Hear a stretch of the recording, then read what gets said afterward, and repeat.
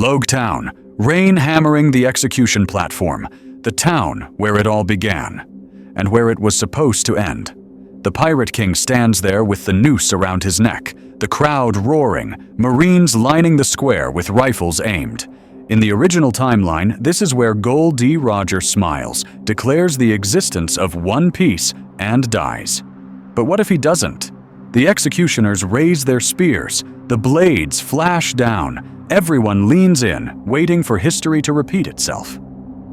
Instead of calmly accepting death, Roger tilts his head, that wild grin stretching wider, and he says something no one is ready for. "You really think you can kill me before I'm finished with this world?"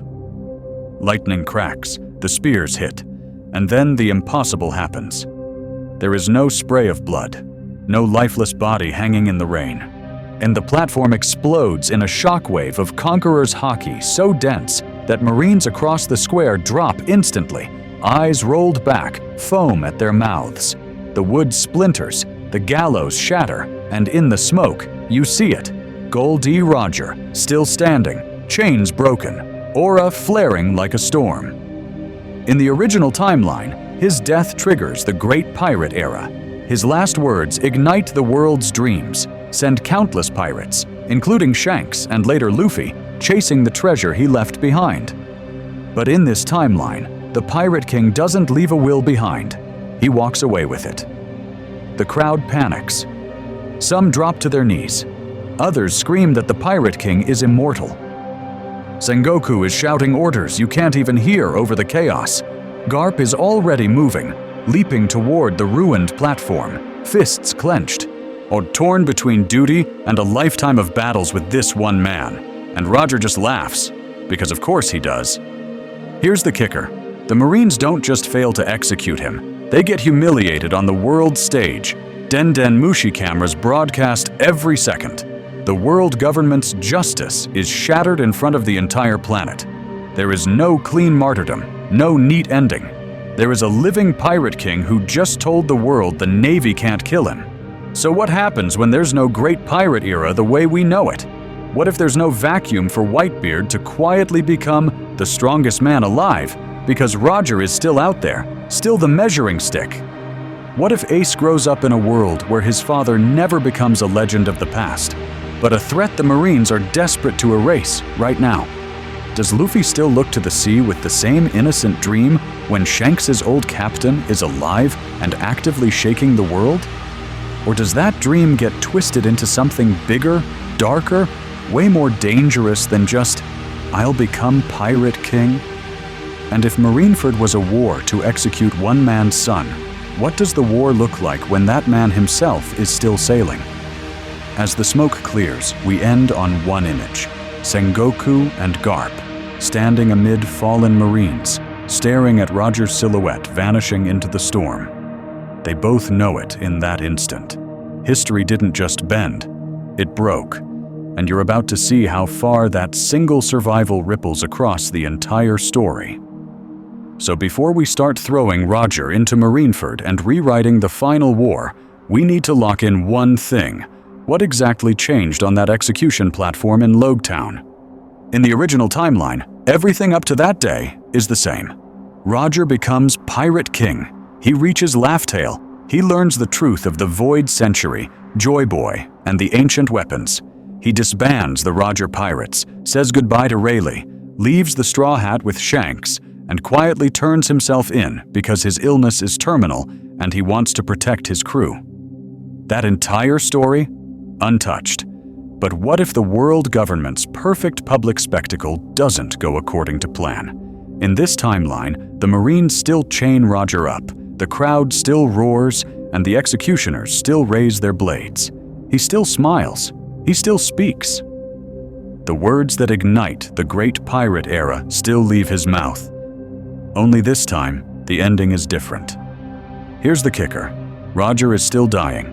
The disease is real. It's incurable. And he knows his clock is running out. The difference is that the government doesn't get their clean, theatrical kill. A storm hits, a planned revolutionary disruption goes wrong, or Rayleigh and a young Shanks crash the plaza. Pick your favorite chaos engine. But the result is the same.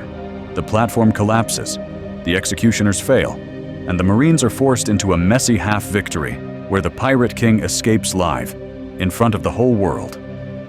So we're not doing a full reboot.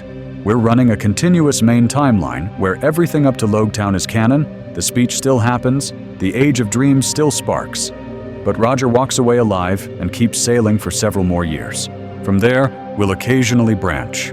What if Roger chooses to formally ally with Whitebeard and they rule the seas as a dual apex? Or in another branch, what if he stays fiercely independent, refusing any Yonko-style territory system and forcing everyone else to react? You see, once we've locked that divergence, we can start asking the big questions this video is going to answer. If the Pirate King is still out there, does the Great Pirate Era explode even harder? Or does his presence actually suppress new legends? Do the Yonko ever truly form when Whitebeard, Big Mom, and Kaido have to live under Roger's shadow? What happens to Shanks when his captain is still alive? What happens to Blackbeard when the throne he wants isn't empty? And of course, what does that do to Luffy? How does your dream change when the man you want to surpass is not a legend from a book, but an active force reshaping the seas in real time? When Ace hears about Roger not as a dead father, but as a living pirate king hunted across the world, does his hatred twist or does it break? Ladies and gentlemen, let's dive into this like a time skip on steroids.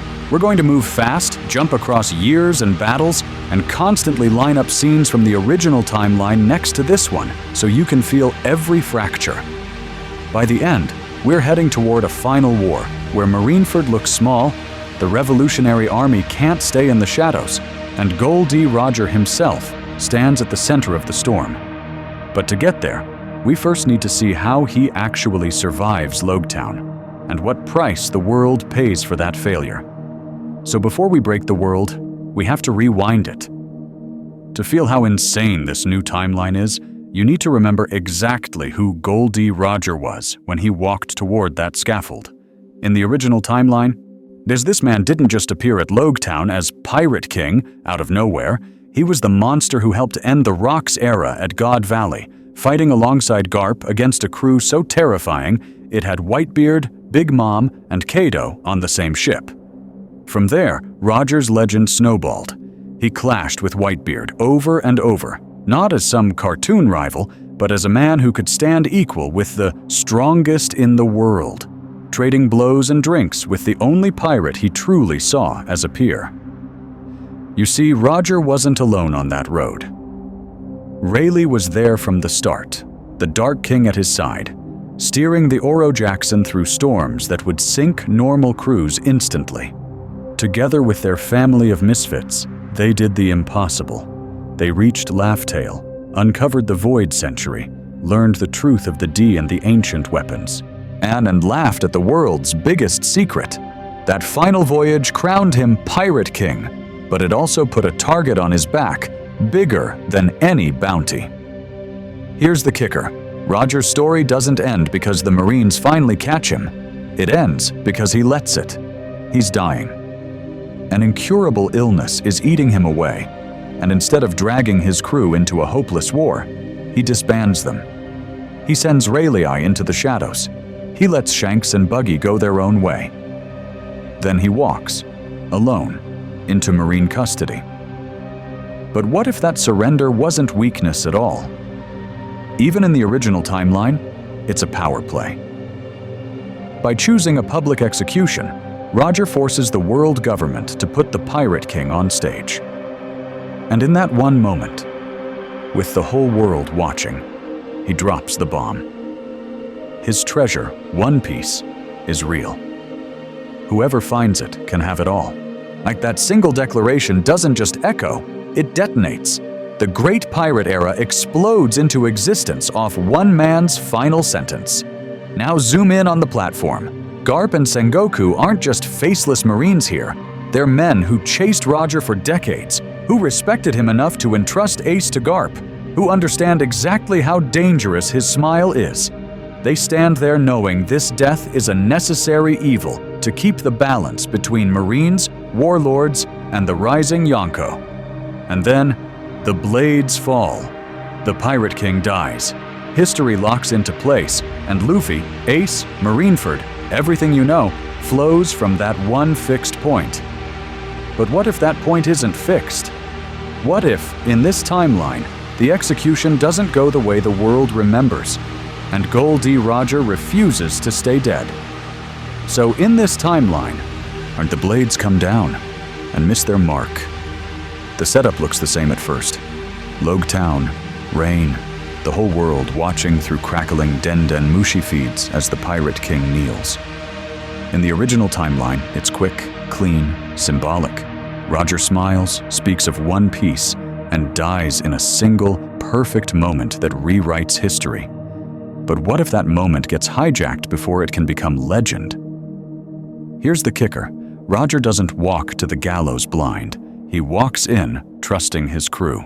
Weeks before the execution, Rayleigh slips into Logue Town as just another old drunk at the shipyard. While the Marines brag about their sea stone shackles and reinforced platform, he's quietly bribing workers, mapping the plaza, and planting something far more dangerous than explosives: tampered sea stone. Microscopic cuts along the support chains of the execution scaffold, sea stone bolts swapped for normal metal, and a hidden coating of oil to make everything just a bit too slick when it matters. At the same time, Shanks is off the coast on a disguised ship. Not yet the Yonko we know, but already a monster with haki. He's brought weather-savvy allies, and they time their move with a natural storm front.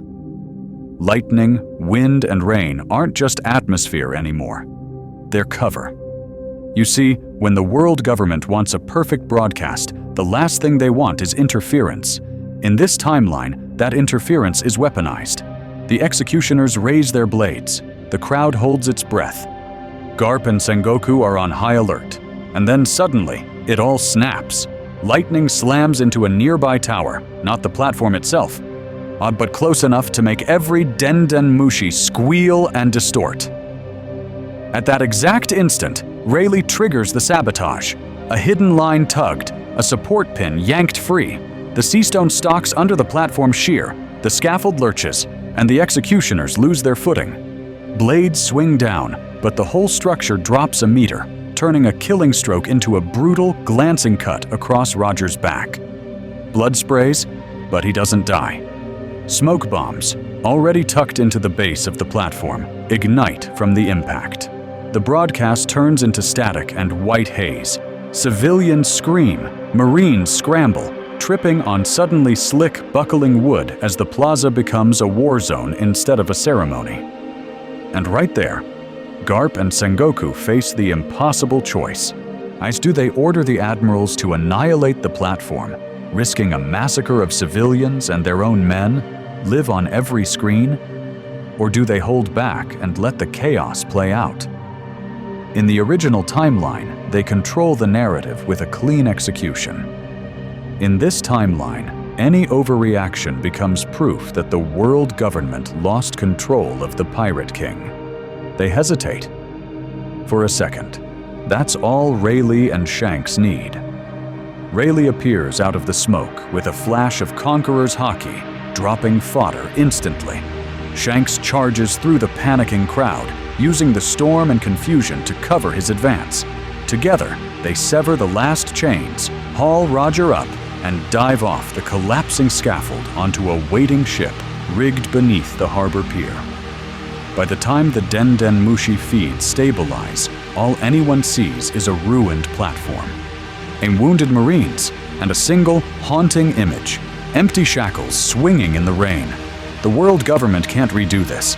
They wanted a spectacle of dominance, and instead broadcast their own failure to every corner of the seas. Admitting Roger escaped means admitting they botched their greatest show of power. So they bury the truth, call it an unfortunate incident, and let rumors spiral. Roger becomes a living ghost story, seen in shadows, whispered about in bars, never officially acknowledged. On the escape ship, Roger is slumped against the mast, back torn open, blood soaking his coat. He's breathing hard. He should be dead. Rayleigh is furious. Shanks is shaking. And Roger? He's laughing, huge, booming, defiant.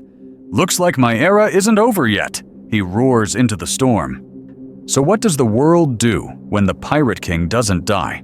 And what does a living Roger do next? That's where everything truly changes. The world wakes up expecting headlines about the Pirate King's glorious end and gets silence instead. No broadcast, no execution. Just a storm over Logue Town and a hasty marine blackout that feels way too suspicious. In the original timeline, Roger's last words ignite everything. One piece. Laugh Tale. My treasure, I left it all there. Boom. Instant Great Pirate Era. But what if that sentence never hits the airwaves? In this timeline, the scaffold never becomes a stage. The speech never happens. The spark that turned every random thug into a would-be king of the seas? Gone.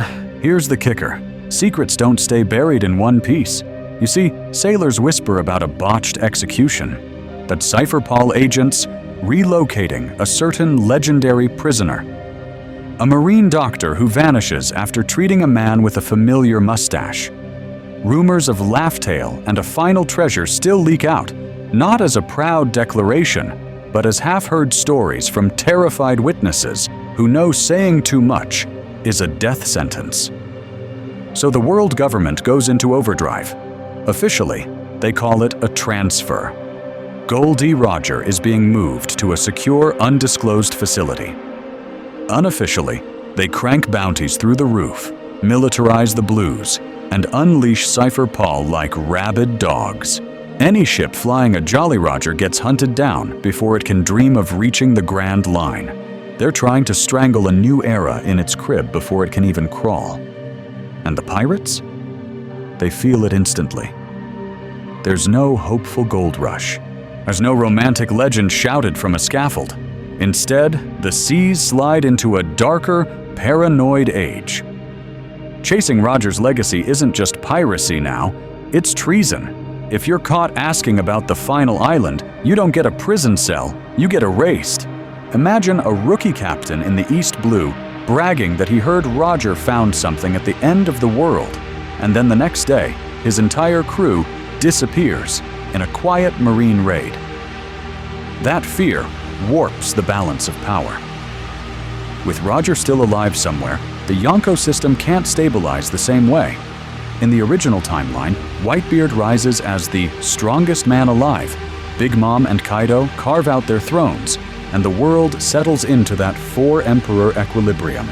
But in this timeline, as every emperor-level monster has to ask, do they challenge the Pirate King or coexist under his shadow? Whitebeard might still clash with Roger on the seas, but now it's not nostalgic duels, it's power negotiations.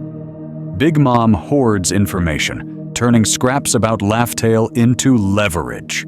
Kaido, hungry for chaos, contemplates hunting Roger himself just to prove he's the true apex predator. So we have a world where the Pirate King still rules from the shadows, the government rules by censorship, and the average pirate sails under constant threat. Is that world actually freer, or is it a tighter cage built from fear on both sides? And when a new generation like Luffy's finally rises into this pressure cooker, do they shatter it or get crushed trying? So in this pressure cooker, with fear on both sides, what does a dying Pirate King actually do? He can't just sail back into the spotlight, plant his flag, and call himself ruler again. His body won't let him. The world government won't let him. So in this timeline, Roger's second reign is nothing like the first. In the original timeline, Roger's death ends his era and starts everyone else's. But what if living through Logue Town forces him to rule from the shadows instead? You see, his illness is still eating away at him. Every big clash shortens his remaining time, so he stops thinking like a conqueror and starts thinking like a chess player. No more open duels with Whitebeard for the fun of it. No more roaring challenges to the world.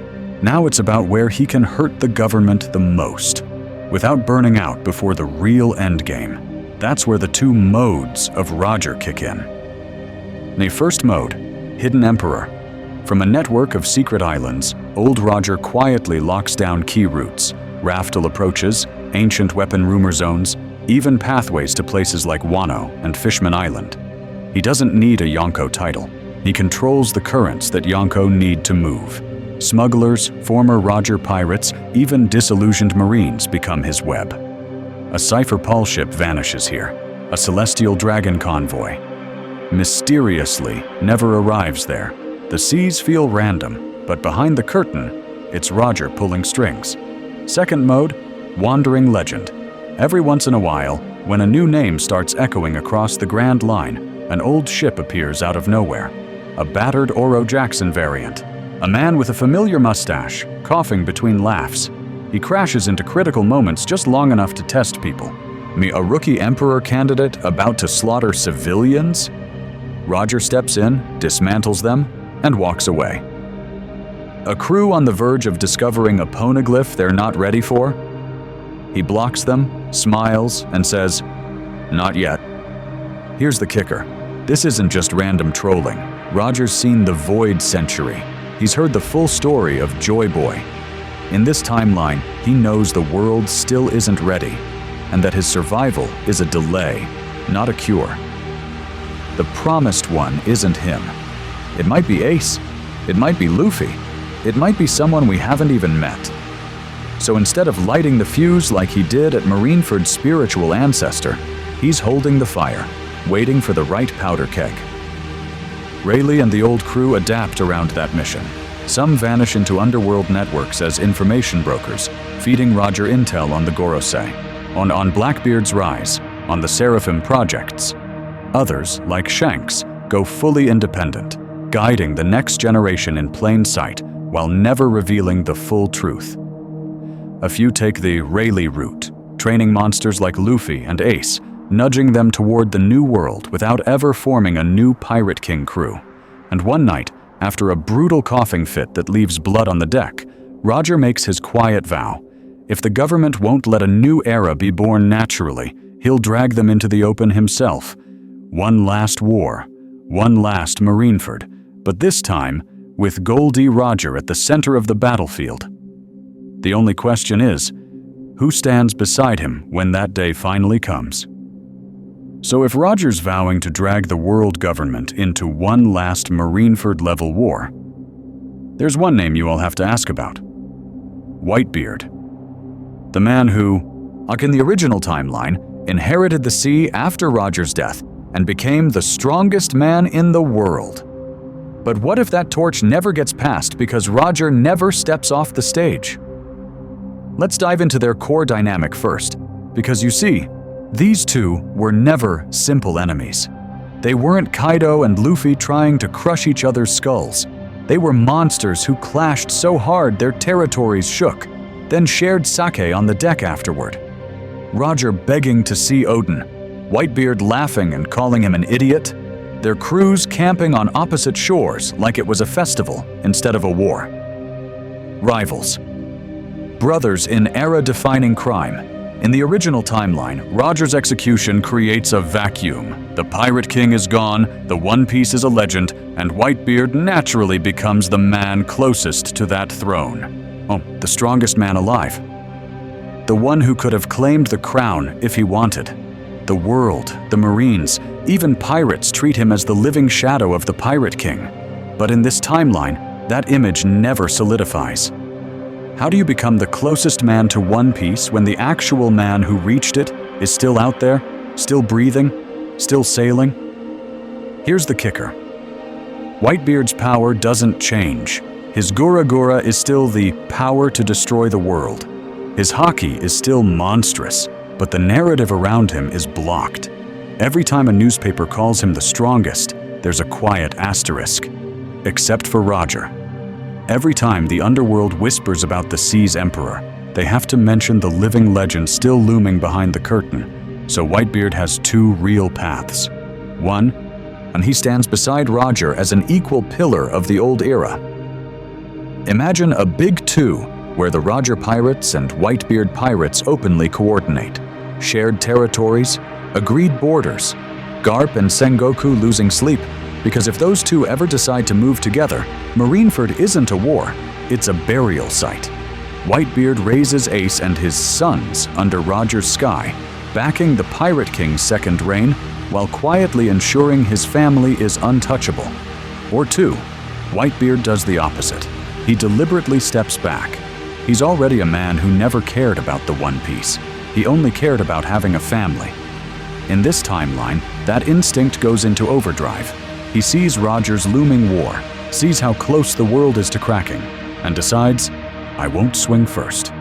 He fortifies his territories, turns his fleet into a floating homeland, and avoids triggering the final clash until the last possible moment. And that choice reshapes the Yonko balance before it even exists. Instead of 4 emperors, the seas might revolve around a Big 2 or Big 3, Roger, Whitebeard, and then Big Mom or Kaido desperately fighting for relevance in the gaps between their territories. Imagine Lin Lin raging that her tea parties don't scare anyone when Roger's Jolly Roger is on the horizon. Imagine Kaido drinking himself sick because no matter how many times he jumps off Sky Islands, he still can't reach the legend those two already are. So when that promised final war finally ignites, what happens? Does Whitebeard plant his flag beside Roger's and say, "One last drink, old friend"? Does he stand against him, protecting his sons from a suicidal crusade? Or does he refuse to move at all, until someone lays a hand on Ace, on Marco, on his family, and the world's most destructive power finally chooses a side? Because the real question isn't just who Roger fights, it's who Whitebeard lets the world turn him into. Co-King, Guardian, or the last monster to wake up. Whitebeard might become a Co-King, or the last monster to wake up. But what happens to the red-haired apprentice watching all of this from the sidelines? Because if Roger never dies, Shanks never becomes the martyr's heir. He becomes something way more complicated. In the original timeline, you see Shanks as a man built out of loss. He watches his captain walk to the scaffold at Logetown, inherits that iconic straw hat, and carries Roger's final gamble into the Great Pirate Era. And he shows up at Marineford as the guy who can slam the brakes on a war, and later he passes that same will to Luffy, betting everything on a kid from East Blue. That Shanks is the bridge between a dead legend and a future pirate king. But what if that legend never dies? In this timeline, Roger walks away from execution, escapes, and keeps ruling the seas. Suddenly, Shanks isn't the last torchbearer. He's the junior officer in a crew whose captain refuses to leave the stage. Instead of inheriting a dead man's will, he's constantly measuring himself against a living pirate king he can visit, argue with, and disappoint. Let's dive into what that does to his head. Imagine Shanks sailing into some neutral sea, meeting Roger on Oro Jackson for talks. And it's not nostalgia, it's performance review. Did you handle Kaido right? D, did you push Whitebeard too far? Did you let the world government tighten the noose? Every choice Shanks makes echoes back to a man who already changed the world once and isn't done yet. Here's the kicker. That pressure doesn't make Shanks smaller. It makes him sharper. Roger can't be everywhere at once, so Shanks becomes his envoy to the new era. He's the one walking onto Moby Dick to talk with Whitebeard, not as a free agent begging for Ace's life, but as the Pirate King's diplomat trying to keep the Yonko balance from exploding too early. He's the red-haired negotiator slipping into Mariejois's shadowy meetings via underworld channels, sending the Gorosei a message. If they push too hard, Roger moves. So does he still become that stabilizing force we saw at Marineford? Absolutely, but in this timeline, it starts way earlier. He quietly blocks skirmishes between Big Mom and Kaido. He steers upstart crews away from suicidal charges at the Marines. He's not just protecting the age of pirates, he's buying time so a new generation can actually be born under the shadow of living legends instead of being crushed by them. And that brings us to Luffy. In the original timeline, Shanks bets his arm and his hat on this one reckless kid, trusting that the era needs a new spark. But with Roger still out there, does he still dive into that Sea King's mouth? Does he still gamble his future as Roger's right hand on a boy who hasn't even left Fuchsia Village yet? Or does he think, the throne's not empty? I can't throw myself away like that. Pattern interrupt. What if Shanks doesn't lose the arm? when that one missing limb was a declaration to the world that a new age is coming. If he keeps it, he stays visually and symbolically tied to Roger's era. Luffy still gets the hat, still gets the dream, but the weight is different. Instead of inheriting the will of the dead, he's carrying the expectations of two living monsters, the Pirate King and his red-haired shadow. Over time, that tension can't hold. Shanks is the one watching the seas stagnate under an immortal legend, seeing rookies hesitate because how can you surpass Roger if Roger never leaves? So he starts nudging. He pushes Roger to reveal more about the Void Century. He whispers about the prophecy, about Joy Boy, about a rubber kid whose smile feels like destiny. He's the one who tells his captain, if you don't move, they never will. So when the final war approaches, and it might not be Dragon or Whitebeard that forces Roger's hand, it might be Shanks, the student who refuses to let the world freeze under his master's shadow, who finally says, ladies and gentlemen, it's time for the Pirate King to step down by starting the last and greatest storm himself. And while Shanks is staring down the future, we have to rewind to the quiet, hidden miracle that made all of this matter in the first place. Ace's birth. In the original timeline, Roger is dead. His execution at Logtown lights the fuse on the Great Pirate Era. The world government panics, and they start a brutal purge of anyone carrying his blood. Rouge hides her pregnancy for 20 months. Garp smuggles her to Batarilla, and Ace is born in the shadow of a dead legend. But what if the legend never dies? In this timeline, and Roger walks out of Logtown alive. Suddenly, everything the government feared becomes 10 times worse. The Pirate King isn't a martyr. He's a living, breathing threat with Void Century secrets and a crew that slipped their noose. So what do? They don't just hunt symbols anymore. They hunt blood. They hunt heirs. They hunt the future itself. You see, the purge doesn't wait for rumors this time. It starts instantly. Cypher Paul agents move island to island, tracking anyone who ever brushed shoulders with Roger. Batarilla isn't just under quiet surveillance, it's under active pursuit. Every doctor is questioned. Every pregnant woman is a suspect. And right in the middle of that pressure cooker is Portgas D. Rouge. Her pregnancy is no longer a tragic endurance test against time. It's a moving battlefield. She's not just hiding from paperwork and records. She's hiding from boots on the ground, Den Mushi calls, and masked assassins checking every hospital bed. She still forces her body to delay Ace's birth, but now she's doing it while being shuffled between safe houses that Garp personally arranges, slipping her past Marine patrols he's technically commanding. Here's the kicker. When does Roger find out? In the original timeline, he tells Garp to protect his unborn child before surrendering.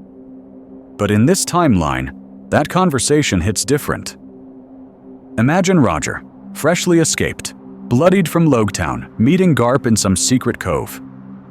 He doesn't just say, "Take care of my kid." He says, "They will never stop coming for me, so they will never stop coming for them. And you're the only one I trust with this." That one plea chains Garp to a double life. Publicly, he's the hero who failed to catch Roger at Logtown. Privately, he's the shield between the Pirate King's bloodline and the government he serves. Every order to hunt Roger is an echo of his promise. Every report of a burned village is a reminder of what Ace would face if he's found. And Ace? He grows up not with a dead father he can idealize, but with a living shadow he can't outrun. He hears whispers that the Pirate King is still out there, clashing with Whitebeard, shaking the balance, forcing Sengoku and Dragon to move early. How do you build your own dream when your father's choices are actively reshaping the world in real time?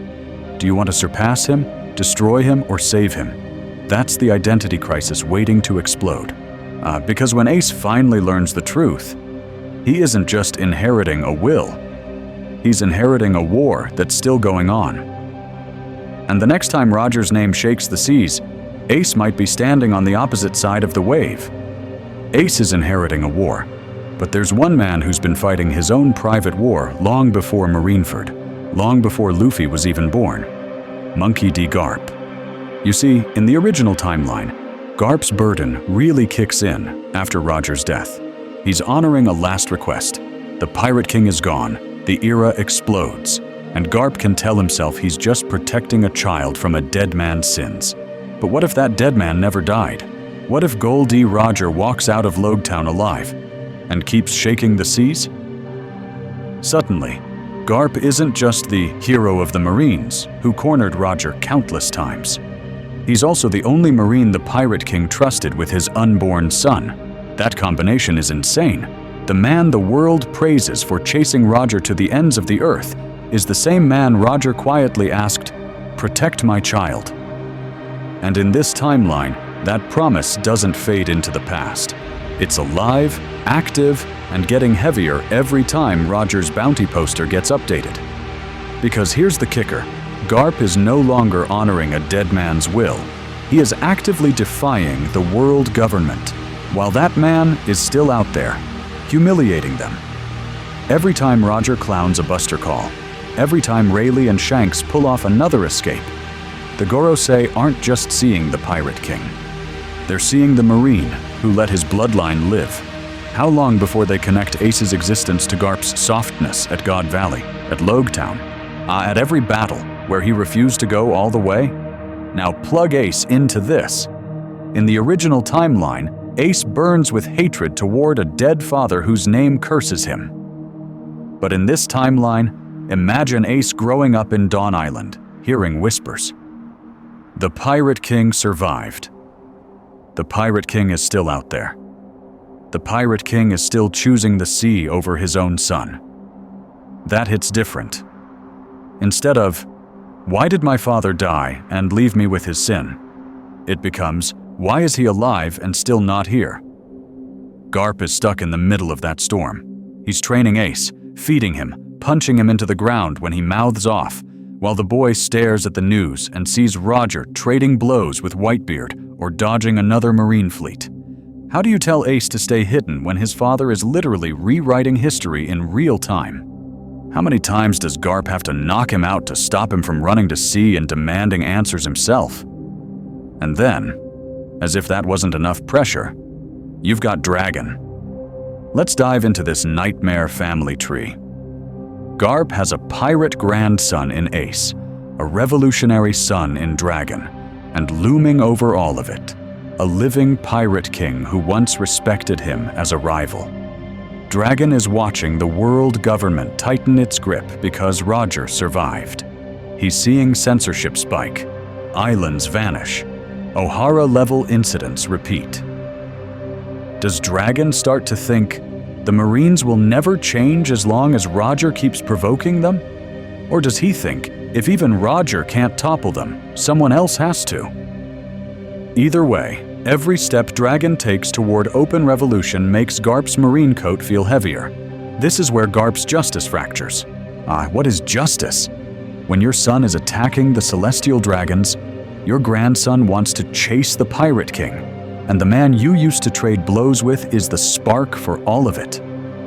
Does Garp double down, hunt Roger with even more fury to prove his loyalty?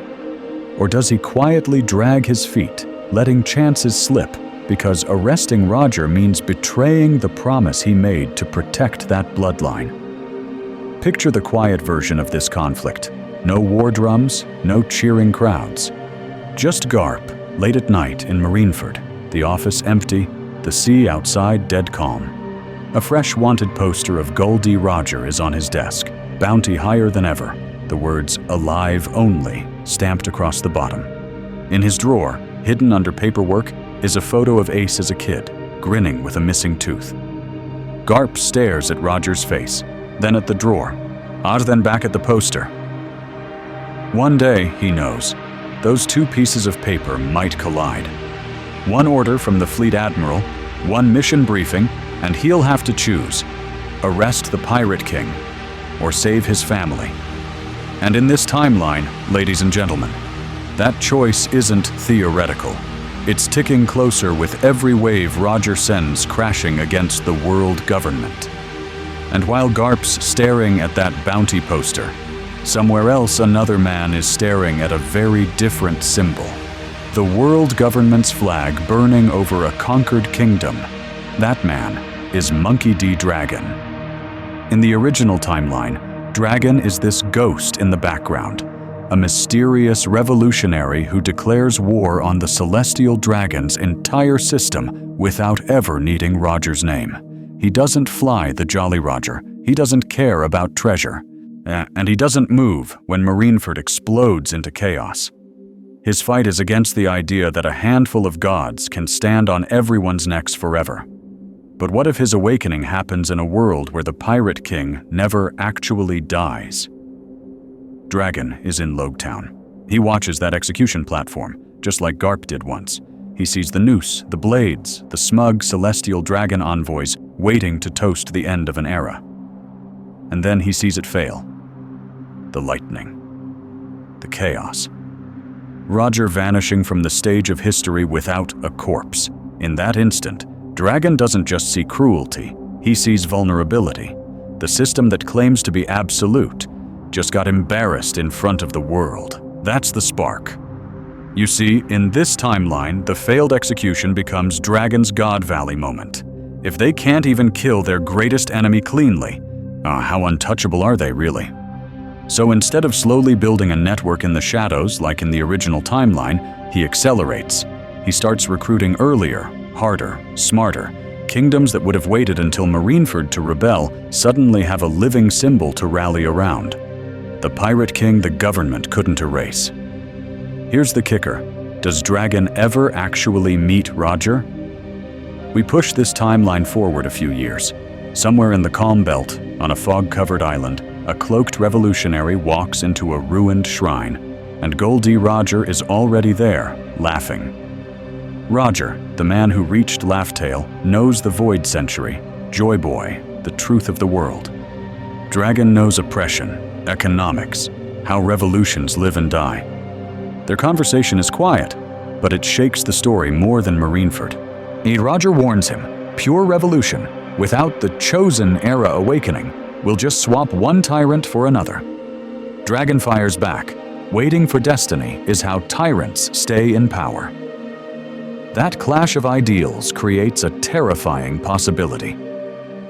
Is Dragon building an army to support the coming dawn, or to replace it? As the world government cracks down after Roger's escape, Buster calls on suspected Roger allies, mass conscriptions, Cypher Paul Black Ops, Dragon radicalizes even faster. Kuma, Ivankov, even a younger Kuzan in some branches of this timeline get pulled into a revolutionary army that becomes a third great power decades before Marineford.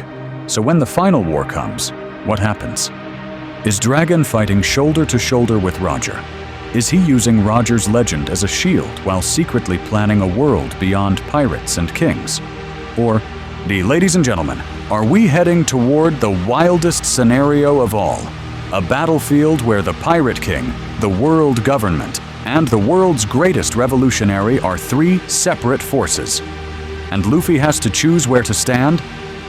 So now we zoom all the way out of that three-way endgame standoff and drop into a tiny village where a rubber kid is staring at the sea, knowing the Pirate King is still breathing somewhere out there.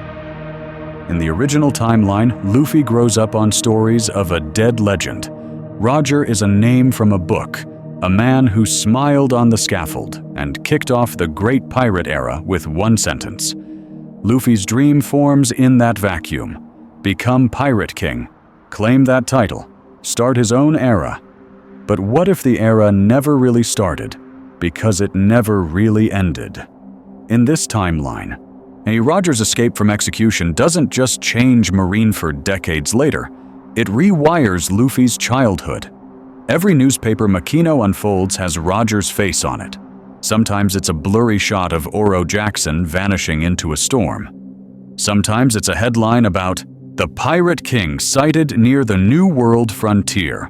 World government vows total eradication. Luffy isn't chasing a ghost, he's chasing a moving target. And you see the difference instantly in how Shanks talks about him. In the original timeline, Shanks tells Luffy about his captain with that nostalgic, gentle awe. Roger is a dream you inherit. Here's the kicker. In this timeline, Roger is a wall Shanks keeps slamming into. Shanks rolls into Fuchsia not as the carefree inheritor of a will, but as the man who could never surpass the living Pirate King. So when Luffy screams, "I'll become Pirate King," Shanks doesn't just laugh and hand over the hat. He leans down and says, "If you want this hat, you'll have to chase the man I couldn't surpass." That one line turns the Straw Hat from a promise into a challenge. It's not just become Pirate King, it's surpass the Pirate King. Can a kid from East Blue really say he'll outdo Gol D Roger while Roger is still out there, dodging admirals and clashing with Yonko? Meanwhile, East Blue isn't the sleepy backwater we know. With Roger alive, the world government is paranoid on a whole different level. Marine bases pop up closer to Fuchsia. Propaganda posters show Roger's face with thick black X's through it. Kids grow up hearing that the Pirate King is a demon who refuses to die. And Luffy grows up hearing that, and then listening to Shanks' crew laugh about how those posters are lies. Let's dive into how that pressure cooks his dream.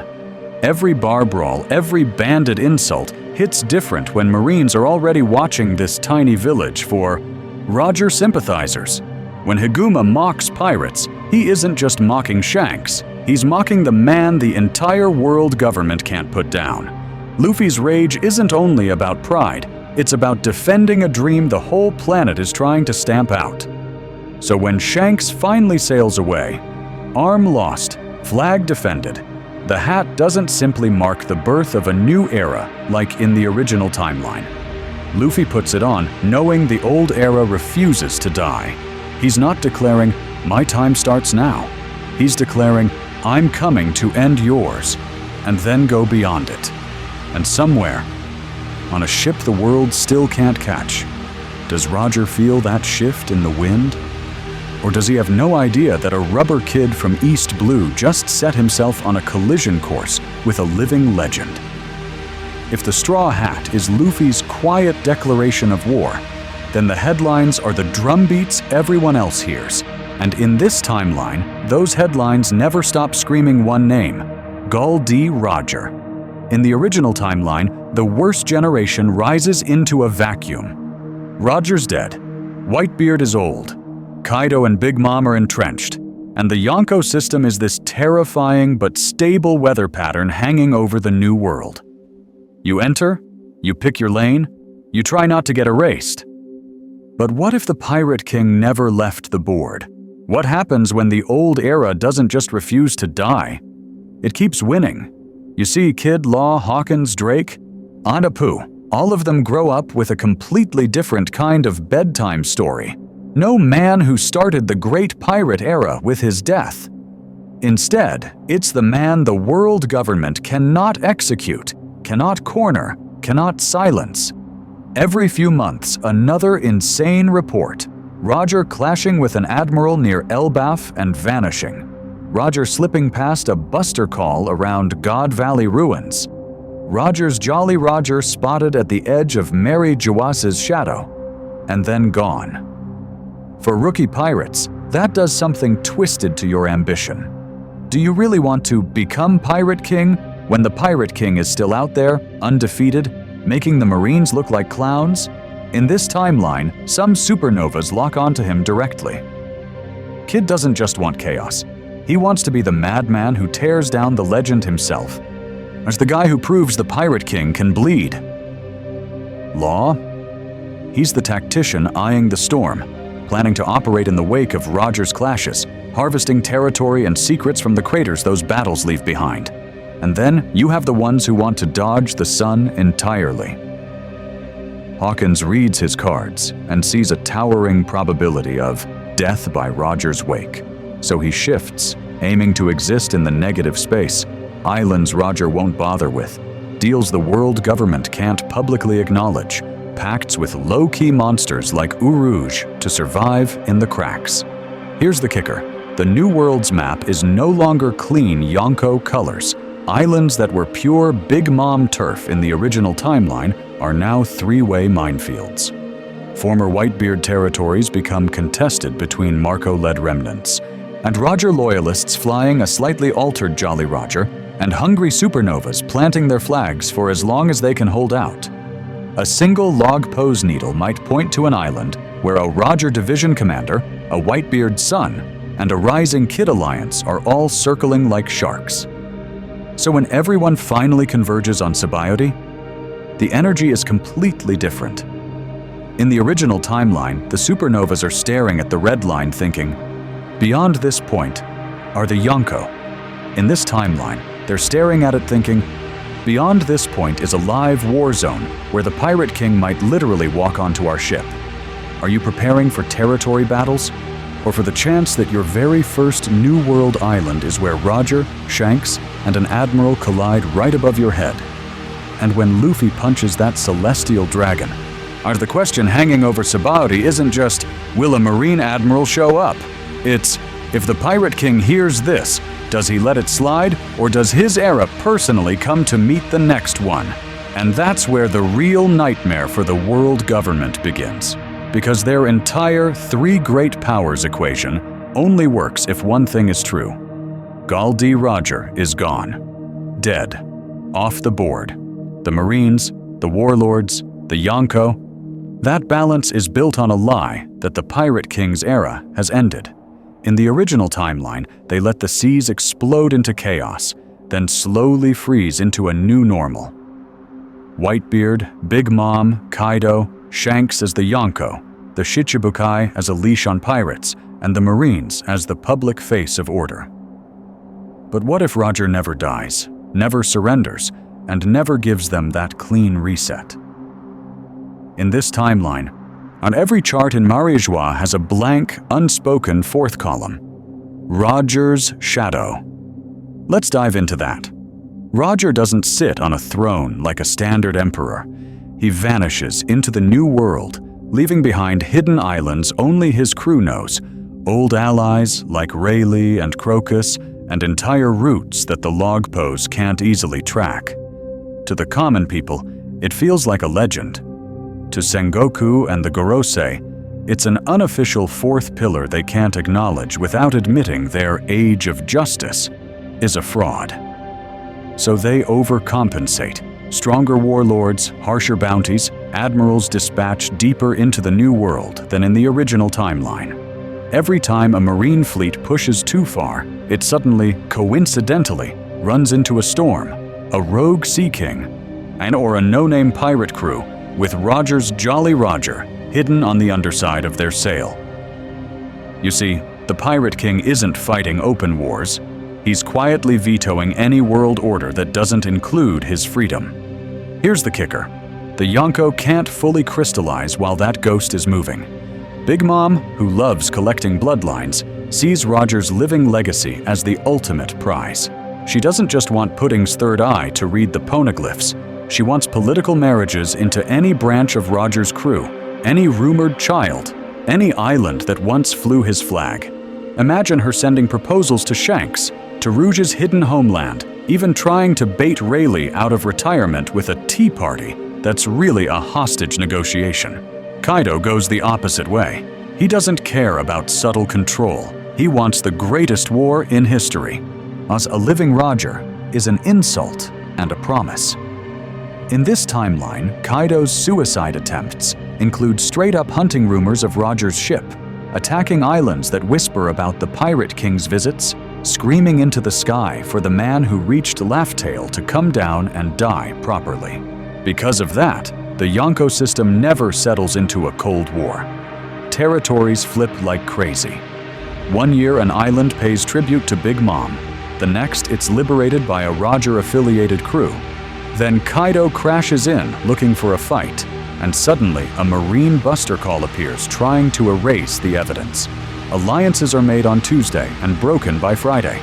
Every flag feels temporary, and everyone, from Akainu and Kizaru, to Big Mom and Kaido, to Luffy and the Supernovas, is subconsciously waiting for one thing: the day Roger stops hiding. Now's the day the Pirate King walks onto the stage again and forces a single, decisive battle to decide whose era this really is. And while everyone's eyes are locked on Roger and Whitebeard, there's a shadow moving in the background. A man with missing teeth, dead eyes, and a dream that doesn't care whose era it is. In the original timeline, Blackbeard plays the longest game in the story. He hides under Whitebeard's flag for decades, waiting for one thing, the Yami Yami no Mi. He murders Thatch, forces Ace to chase him, trades Ace's capture for a Shichibukai seat, then uses Marineford as a stage to steal Whitebeard's Gura Gura no Mi and instantly leapfrog into Yonko status. All of that works because the Great Pirate Era is already raging, Whitebeard is aging, and Roger's dead. But what if Roger never died? Mine and the Pirate King is still somewhere out there? Suddenly, that safe, patient strategy becomes way more dangerous. Whitebeard isn't just an old lion on life support. He's actively clashing with Roger, Big Mom, and Kato in a new world that's on fire every other week. You see, hiding on the Moby Dick for 20+ years when your captain is constantly throwing hands with the Pirate King?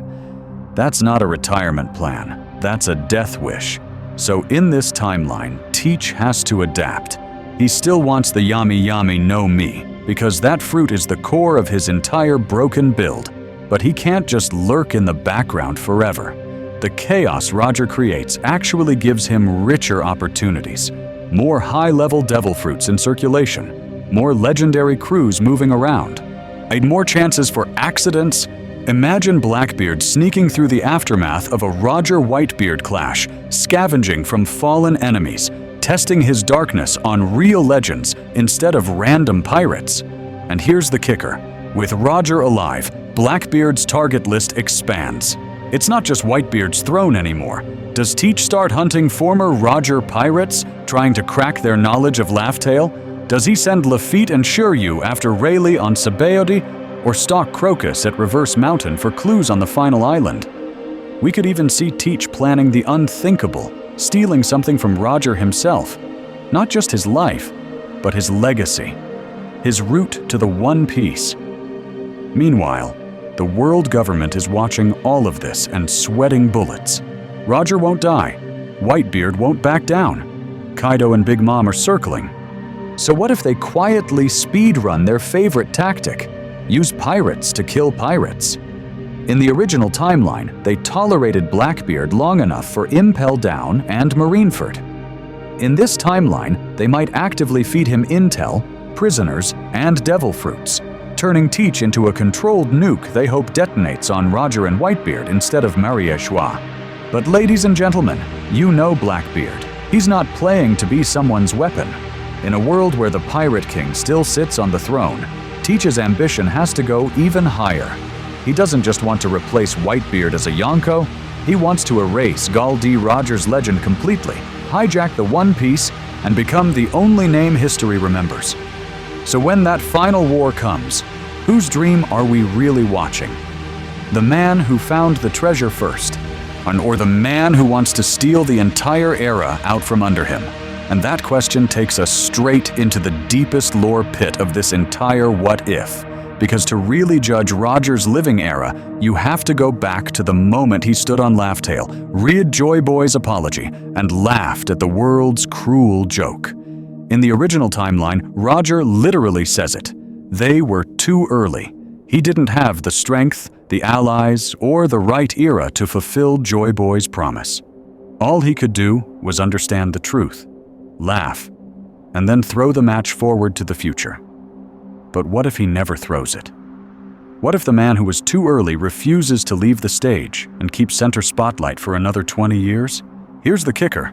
That doesn't just extend Roger's legend, it risks extending the wrong era itself. When the prophecy of a coming dawn, the idea that a chosen generation will rise and flip the world, depends on the old guard stepping aside. In this timeline, Roger's survival means the Pirate King is still the sun everyone orbits around.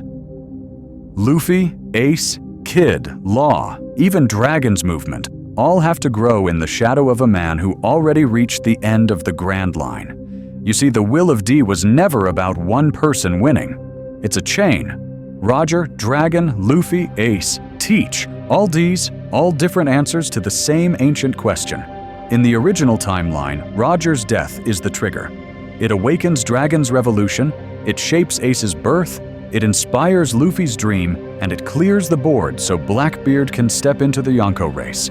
But what if the world actually needs Roger to die for the next D-bearers to fully awaken their roles? And think about Whitebeard's words at Marineford. One day, someone will challenge the world, and Sengoku, your Marines will face a war like none you've ever seen. In canon, that someone is clearly pointing toward Luffy. In this timeline, with Roger alive, that line gets corrupted. Is Whitebeard talking about Luffy, or is he still talking about Roger? Or worse, is the world forced into a tug-of-war where the Pirate King and the future Pirate King are both trying to carry the same prophecy at the same time? Pattern interrupt. What if the real obstacle to the dawn isn't the celestial dragons, but Roger himself? Because as this war escalates, Roger starts to see it. His name is a shield, protecting Luffy, Ace, and Dragon from total annihilation. But it's also a shackle. Marines, Yonko, I even teach are obsessed with dethroning him instead of confronting the system. So when the final clash approaches, Roger faces the most tragic choice of this entire story. Fight to live and keep the era frozen around him, or die on his own terms to unchain the next wave of Ds. And if Gol D. Roger decides that the only way to keep the promise of Joy Boy is to embrace his own death again, whose side does he choose to fall on? So when Roger starts to lean toward choosing his own death again, the question flips on its head. Where does that death actually happen? Logetown? Some secret execution? Or, ladies and gentlemen, do we drag that noose all the way to Marineford? In the original timeline, Marineford is built on 3 pillars. Ace's execution as bait, Whitebeard charging in to save his son, and Luffy crashing the party as the chaotic X-Factor who refuses to let his brother die.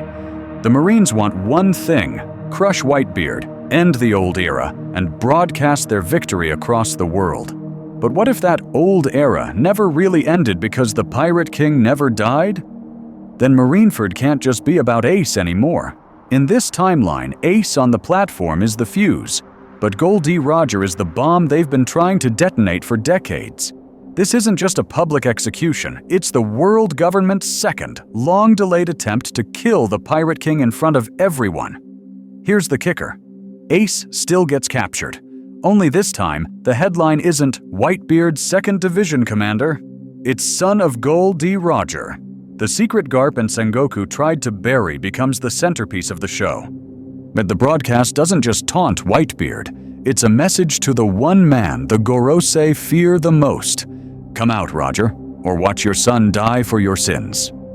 You see, that instantly changes who this war belongs to. In the original timeline, Ace is the bait for Whitebeard. In this timeline, Ace is the knife at Roger's throat.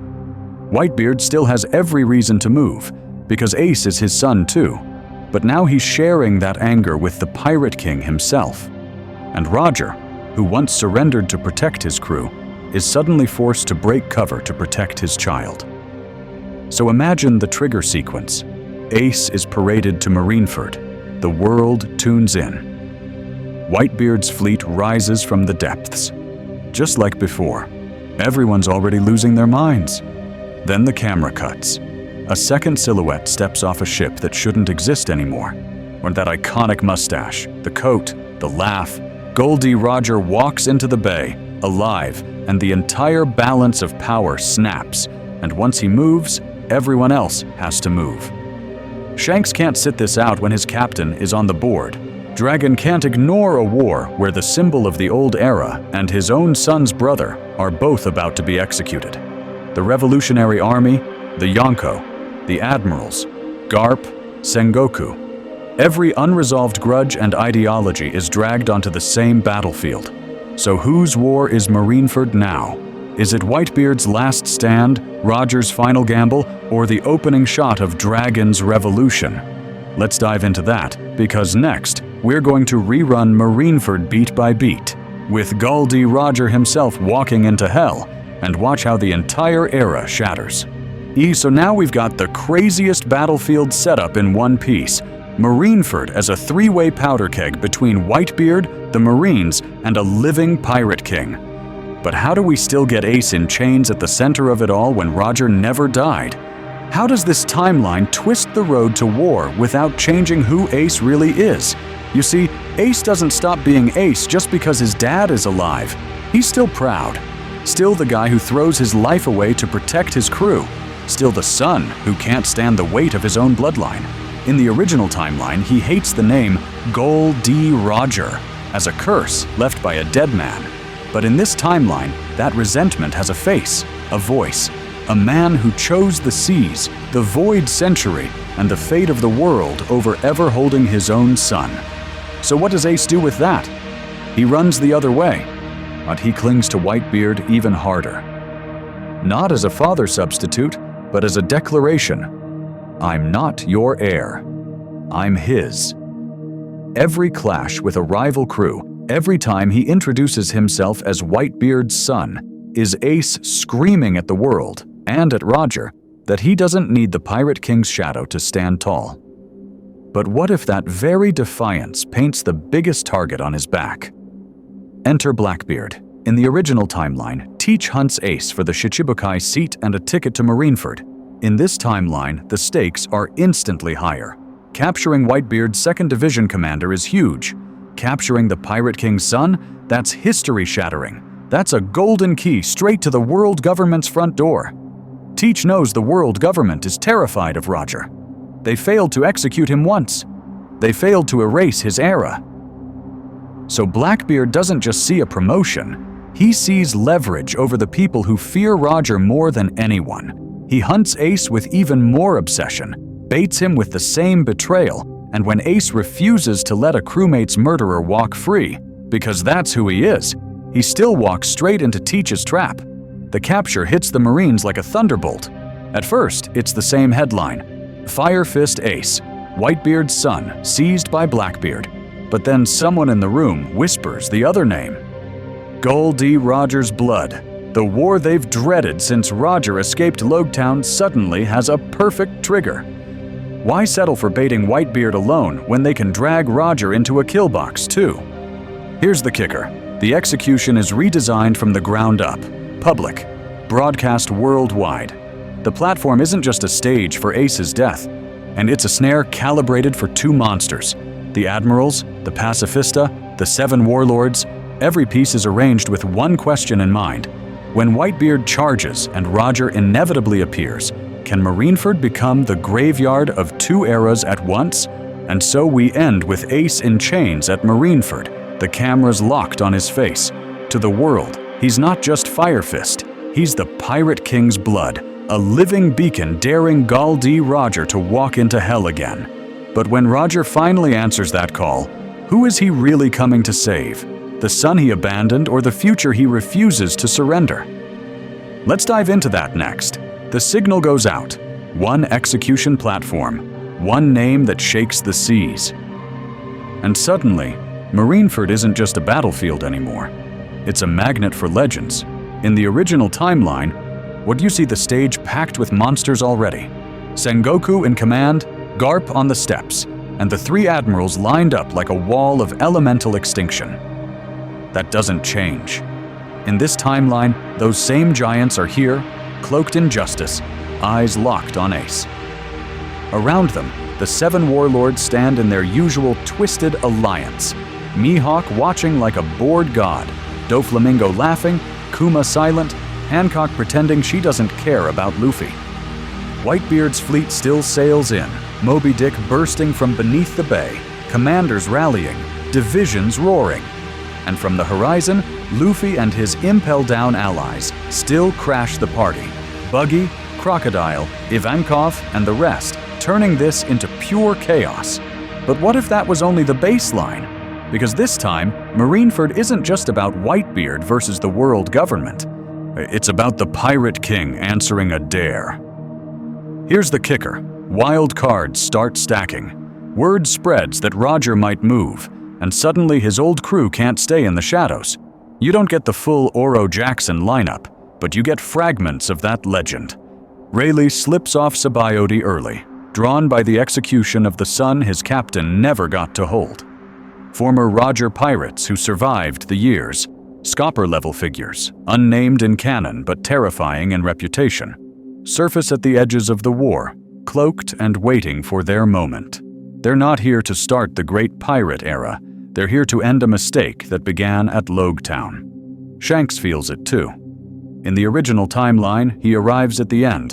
In this timeline, the Red Hair pirates appear much earlier, their flag on the horizon before the first cannon fires.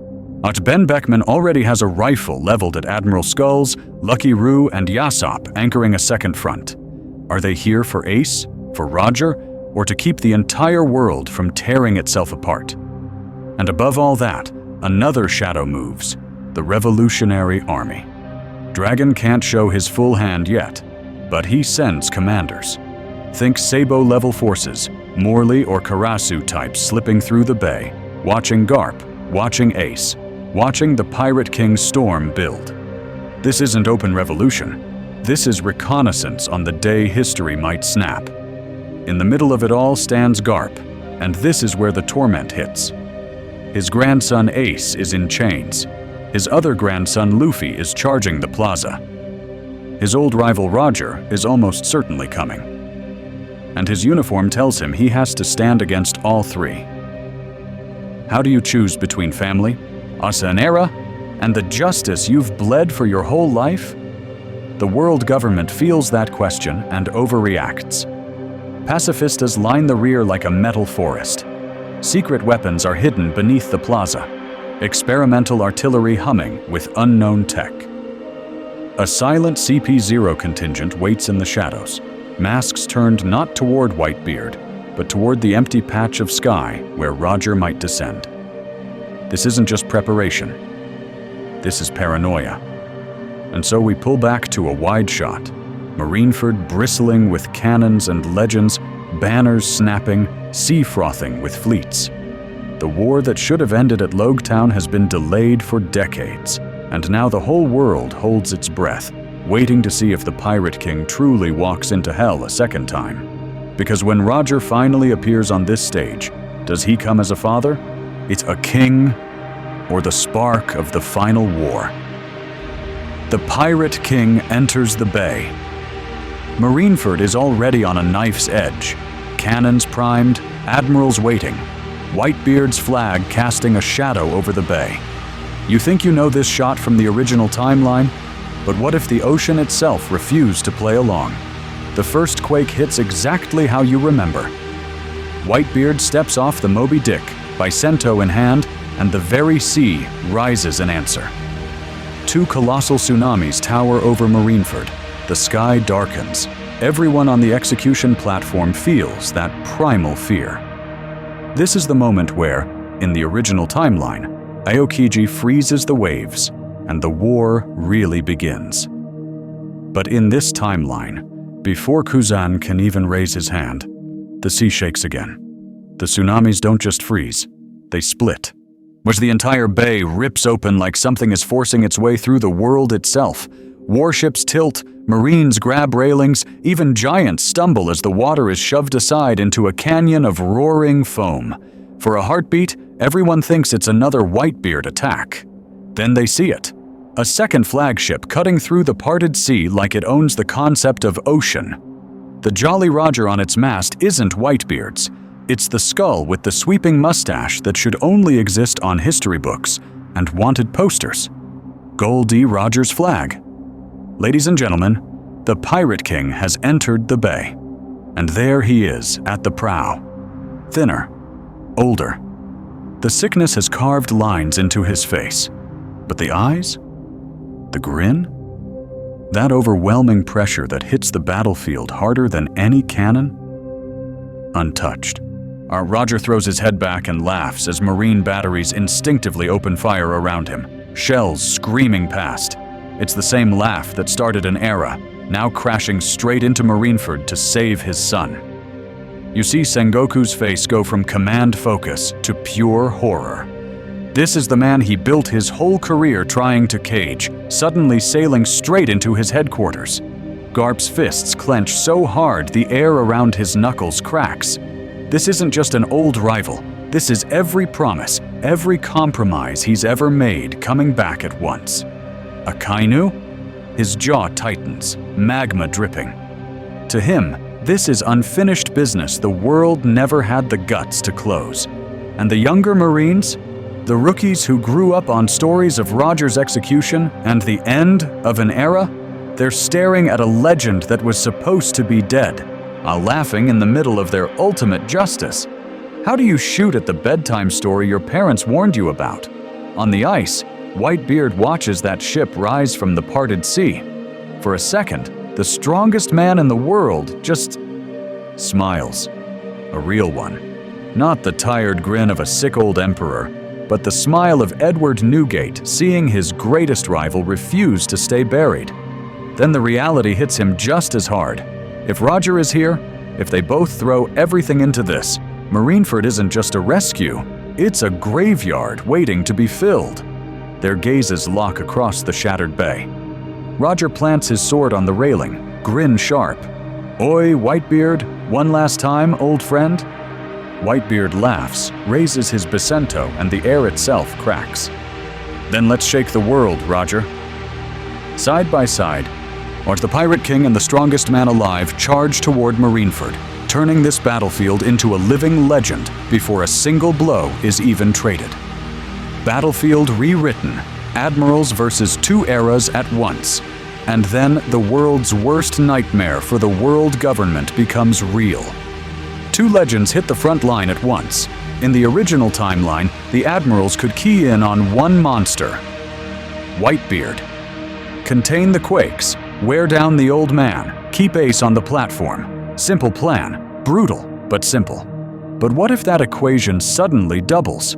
In this timeline, every calculation Sakazuki, Kuzan, and Borsellino drilled into their heads shatters the second Roger's blade hums with black lightning. You see, they can't just wall off earthquakes anymore. Akainu has to stay glued to the center, fists magma hot, ready to punch through any shockwave that might tilt the execution stand. Kuzan is forced into a dual role, freezing Whitebeard's tsunamis, while also throwing up ice barriers against invisible pressure waves from Roger's hockey-infused slashes that are cleaving warships and towers in half. Kizaru? He loses his favorite game. In the original timeline, he could lazily snipe Whitebeard's commanders, trolling Marco and Jozu with beams of light. In this timeline, the second he targets Vista or Ace, a flash of silver and red hair cuts him off. Rayleigh's blade catches his kick, Shanks's hockey crashes into his light, and suddenly, the fastest man on the field is stuck playing goalie instead of striker. And at the center of that chaos, look at how Roger fights. Old, yes, slower than his prime, sure, but every movement is efficient, no wasted swings. Then his Conqueror's hockey doesn't just knock fodder out, it threads through the battlefield like a guided missile. Vice Admirals charge as a unit, one clash, one roar, and half of them drop to their knees, eyes rolled back, while the others stumble under the weight of a will that once ruled the seas. He's not matching Whitebeard's raw destruction. Whitebeard cracks the sky. Roger cuts through the people who think they can stand under it. A warlord lunges in to earn favor with the government, only to find themselves disarmed and bleeding before they even register the swing. It's surgical, terrifying, efficient. Morale flips instantly. Every pirate on that bay, from nameless rookies to Ace himself, is supercharged. You're not just seeing a legend avenged, you're seeing two eras fighting side by side. And the man who carried the last age and the man who defined it are literally shoulder to shoulder. How do you not charge forward after that? Meanwhile, the Marines hesitate. Training simulations never included Roger and Whitebeard at once. Recruits freeze when their instructor's stories step out of myth and start walking toward them, weapons drawn. Even some vice admirals falter, remembering campaigns against rocks, remembering how long it took the world to crawl out from that shadow. Here's the kicker. Sengoku feels it. The battle plan is collapsing. This isn't an execution anymore. It's a stress test on the very idea of Marineford. of the three great powers, of the world government's right to rule. If they can't stop this combined era here, in their own holy fortress, what happens when Dragon decides it's his turn to move? Luffy's entrance, a rookie in a war of gods.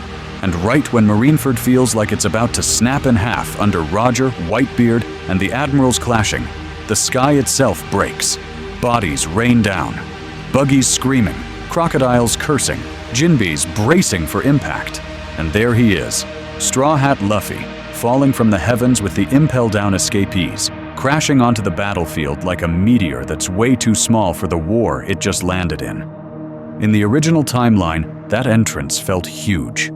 Here, it's a ripple in a tsunami. Because while Luffy's coughing up blood and scrambling to his feet, Roger and Whitebeard are already tearing Marineford apart, blades and haki ripping through the air so violently that even vice admirals are scared to move. You see, this isn't just a war anymore. It's a clash of living myths. Luffy looks up and instantly understands how tiny he is. Roger is trading blows with an admiral on one side, Whitebeard is cracking the bay on the other, and Shanks' Conqueror's haki is already leaking from the horizon like a coming storm. Luffy's not the wild card shaking the world. He's a rookie who crash-landed in a war between his idols and the system he hates. But what if that's exactly why he hits harder emotionally?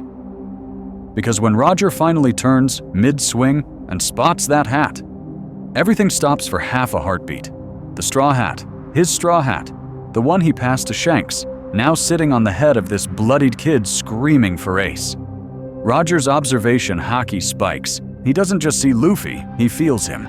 The will of D roaring in a body that's way too weak for the dream it's carrying. An echo of his own reckless youth. An even deeper echo of something older. Joy Boy's promise, humming at the edge of his senses. In this timeline, the Pirate King gets to witness the next generation's storm in real time. Luffy doesn't notice the depth of that stare. He just feels pressure. Crushing, suffocating pressure. For the first time, he's not thinking, I'll shake the world right now. He's thinking, I'm late to a story these monsters already started. Does that stop him? Not even for a second. An admiral launches a light speed kick straight at Luffy, intent on erasing the annoyance. In the original timeline, someone like Marco might have intercepted. But in this timeline, Roger is closer. The air booms.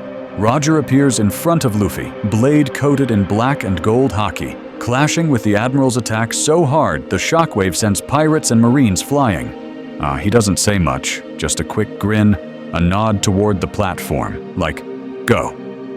A heartbeat later, another beam of light, another killing blow aimed at Luffy's exposed back, and Shanks is there, blade drawn, staring down the Admiral with that deadly calm. Two eras, side by side, shielding one scrawny rookie they've both bet the future on. And that's the moment it flips for Luffy. He isn't content to be protected by legends. He clenches his fists, roars Ace's name, and charges straight for the execution platform. Not as a spectator to gods, but as the man who swears he'll surpass them all. Because if this is a war of gods, then saving Ace is his first step to becoming one. Garp's breaking point on the scaffold Luffy charges. The battlefield splits for him, and up there, on that platform, we finally zoom in on the man caught between three worlds, Monkey D. Garp. He's sitting exactly where he was in the original timeline, slumped beside Ace, fists clenched, jaw locked. But in this timeline, there's something else. When he looks out over Marineford, he doesn't just see chaos, he sees Gol D. Roger himself, carving through marine ranks, closing the distance blow by blow. You see, this is Garp's nightmare made real. Every step Roger takes forward is another memory slamming into him. Nights on that tiny marine ship, chasing the Oro Jackson into storms, trading blows with Roger on God Valley until the island itself felt like it would sink. The day Roger turned himself in, smiling, asking one last favor. Garp, my son will be born. Protect him. And then, years later, another kid on his doorstep. A scrawny brat with a straw hat too big for his head, declaring he'd become Pirate King. Luffy laughing with Ace under that same sky, Luffy crying when Ace left for the sea. Garp forcing himself to believe that justice could coexist with love if he just stayed strong enough. But what if justice and love can't coexist anymore? That's the question tearing him apart as the drumbeats of battle echo up the scaffold. Below, Luffy is blasting through Marines, allies, anyone in his way. Above, Ace is chained, staring at the man he called Gramps, and then past him, at Roger, the father he never met, fighting his way toward the same platform. 2 sons, 1 grandfather, 1 Pirate King, 1 world government. This timeline is cruel. Let's dive into the moment everyone's been waiting for. Luffy reaches the steps. Garp rises. In the original timeline, he let that punch land, choosing his grandson over his duty in one heartbreaking instant. But here, he sees Luffy rushing up, feels Ace trembling behind him, and hears the distant roar of Roger's voice cutting through cannon fire. He hesitates. Just that. A fraction of a second. Yet in a war like Marineford, a fraction can rewrite history. Luffy's fist rockets forward. Garp's arm twitches to block, out of pure marine instinct. His haki flares. For a terrifying heartbeat, it looks like he's about to knock Luffy clean off the platform. End the story right there. The Admiral's tense. Sengoku's eyes narrow. And then Garp remembers Roger on that execution platform that never happened in this world. Remembers the man who refused to run from fate, who trusted Garp to protect the next generation when he couldn't. His guard drops. The fist connects.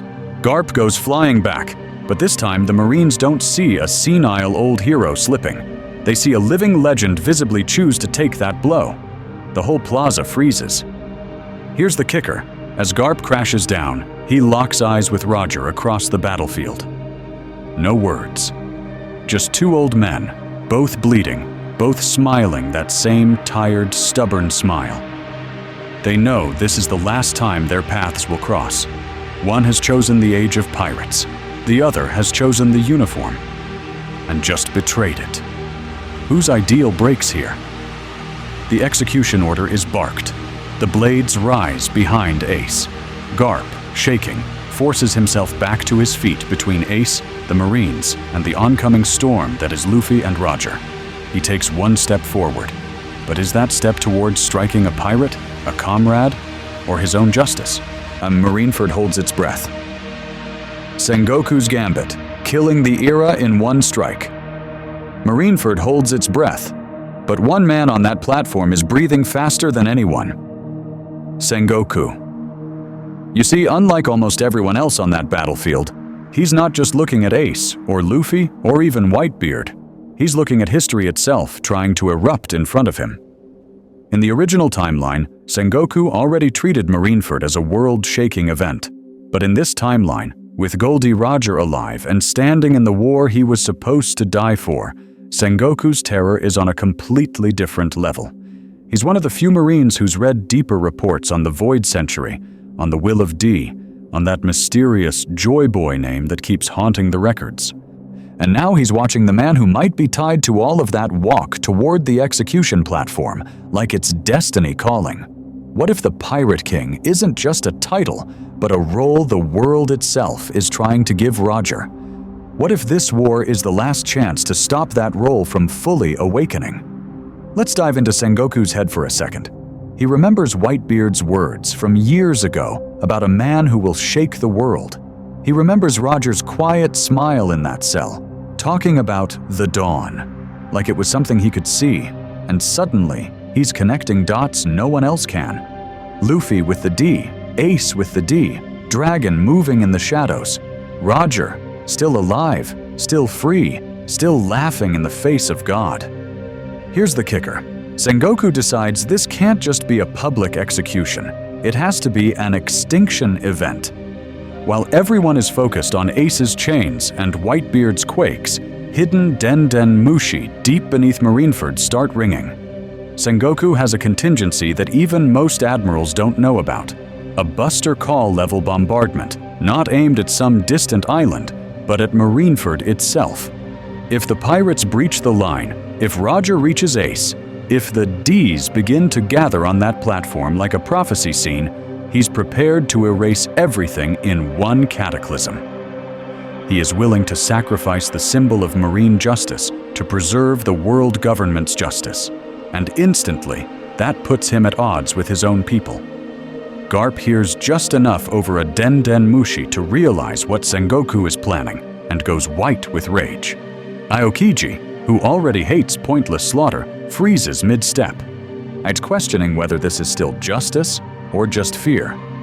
Even some warlords who signed up for a show of power, not mutual annihilation, start backing away from the edge. Akainu loves absolute justice, right? But even he flinches when Sengoku's voice booms across the command network. Prepare all batteries. If the Pirate King advances another step, we will sink Marineford with them. That's the pattern interrupt. The war to save Ace just turned into a war to decide if the Marines will burn their own holy ground. Cannons swivel, battleships reposition, civilians and low-rank Marines stare in horror as they realize their now acceptable losses. And with the world watching, Sengoku raises his hand, ready to give one final chilling order that could kill Roger, Whitebeard, and the era itself in a single strike. World government authorization confirmed, he growls. All forces, prepare to fire on Marineford. Ace's choice, son of Roger or son of Whitebeard. Cannons charge. The sky glows. For a split second, Marineford itself is about to be erased, and Ace is forced to watch. From the scaffold, he looks down and sees something no one in any timeline was ever meant to see. Whitebeard and Gol D Roger, side by side in the same battlefield, both bleeding, both standing between him and the world government's judgment. Two legends, two answers to the question that's been eating him alive since he was a kid. Should I have been born? In the original timeline, Ace only had one symbol to cling to. Whitebeard's flag. One father. One answer. But in this timeline, the universe is cruel. Because now, when he looks left, he sees the man who gave him a name. When he looks right, he sees the man who gave him a home. Which one is he supposed to die for? Which one is he allowed to live for? You see, Ace's hatred of his birth doesn't just vanish because Roger showed up. If anything, it spikes. The man he cursed for years is right there, alive, strong enough to tear through admirals. Yet he wasn't there when Rouge died. He wasn't there when Ace listened to drunk spit on Roger's name. He wasn't there when a kid in Gray Terminal asked, "Why do you exist?" So Ace does the only thing he can in the middle of the chaos. He screams, "Why did you live and leave us to pay for it?" Roger, already panting, already scorched by magma and lightning, looks up. And this is where everything changed. Because instead of a quiet legend on a sunny platform in Logetown, we get a raw, ugly, shouted conversation over a war. Ace hurls accusations. "You ran from your illness. You ran to protect your crew. But what about my mother? What about me?" Roger fires back, not in anger, but in desperation.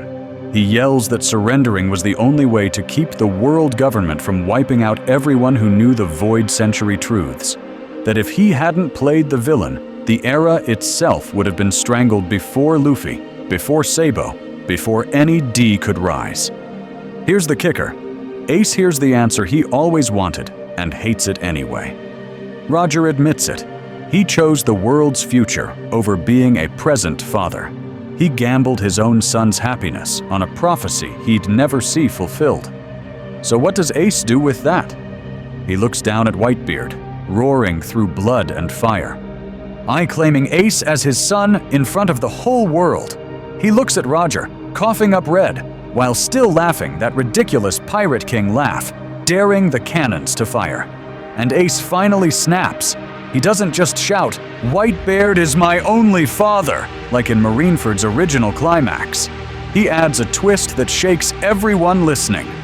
But I'm also the son of Gol D Roger, and I'll be the one who makes both of your sacrifices mean something.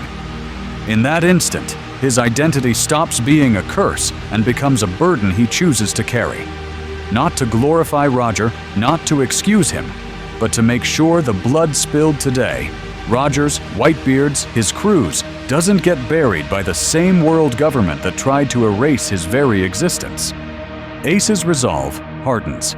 If he survives this war, he won't just return as Whitebeard's 2nd Division commander, he'll be the living bridge between two eras that refuse to die, Roger's dream and Whitebeard's family, standing in the gap until Luffy, the next storm on the horizon, arrives to finish what they all started.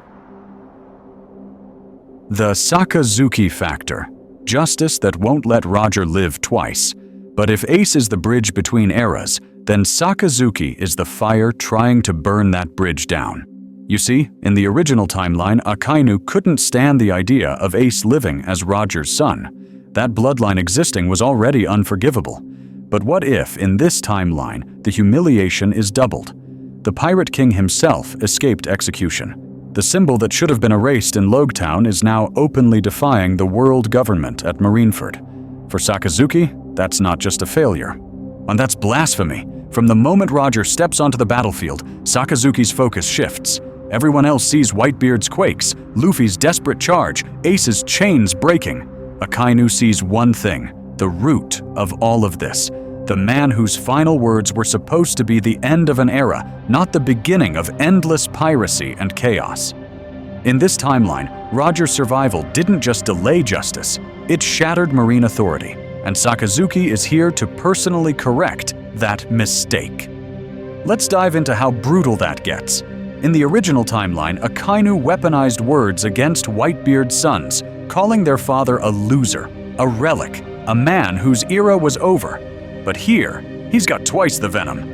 As Whitebeard's forces close ranks around Ace and Roger's crew and allies push forward, Akainu's voice cuts through the roar of battle. He doesn't just sneer that Whitebeard is a failed king of the seas. He spits that Roger is a coward who ran from his own execution, a pirate king too scared to die with dignity. He taunts Ace directly. Is this the legacy you're so proud of? A father who fled the platform, and another who couldn't protect his own era? It's psychological warfare aimed at breaking that hard-earned resolve we just saw Ace forge. He wants Ace to snap, to charge in recklessly, to make a mistake that justice can capitalize on. And then comes the moment everyone is dreading. Does Akainu still kill Ace when Roger is alive to see it? In this timeline, yes, and it hits like a cannon to the soul of the entire story. Ace moves to shield Luffy from a magma fist, just like before. But now, Roger and Whitebeard are both in range. Us both close enough to witness the exact instant that Sakazuki's fist punches through the son of Gol D Roger and the sworn son of Edward Newgate. Two eras, impaled in a single strike. Here's the kicker. That one act doesn't just make Akainu the villain of Marineford, it makes him the personal nemesis of history itself. Roger's Conqueror's haki explodes, Whitebeard's rage cracks the sky. Sakazuki is half burned from earlier clashes, coat torn, lava still dripping, but he doesn't take a single step back.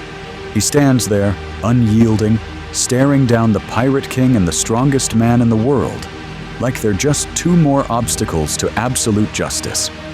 Everyone can feel it instantly.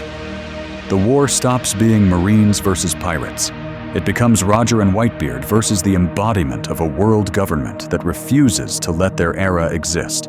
And as both legends fix their fury on that one man, you have to wonder, what happens when an unstoppable will collides with absolute justice that refuses to bend?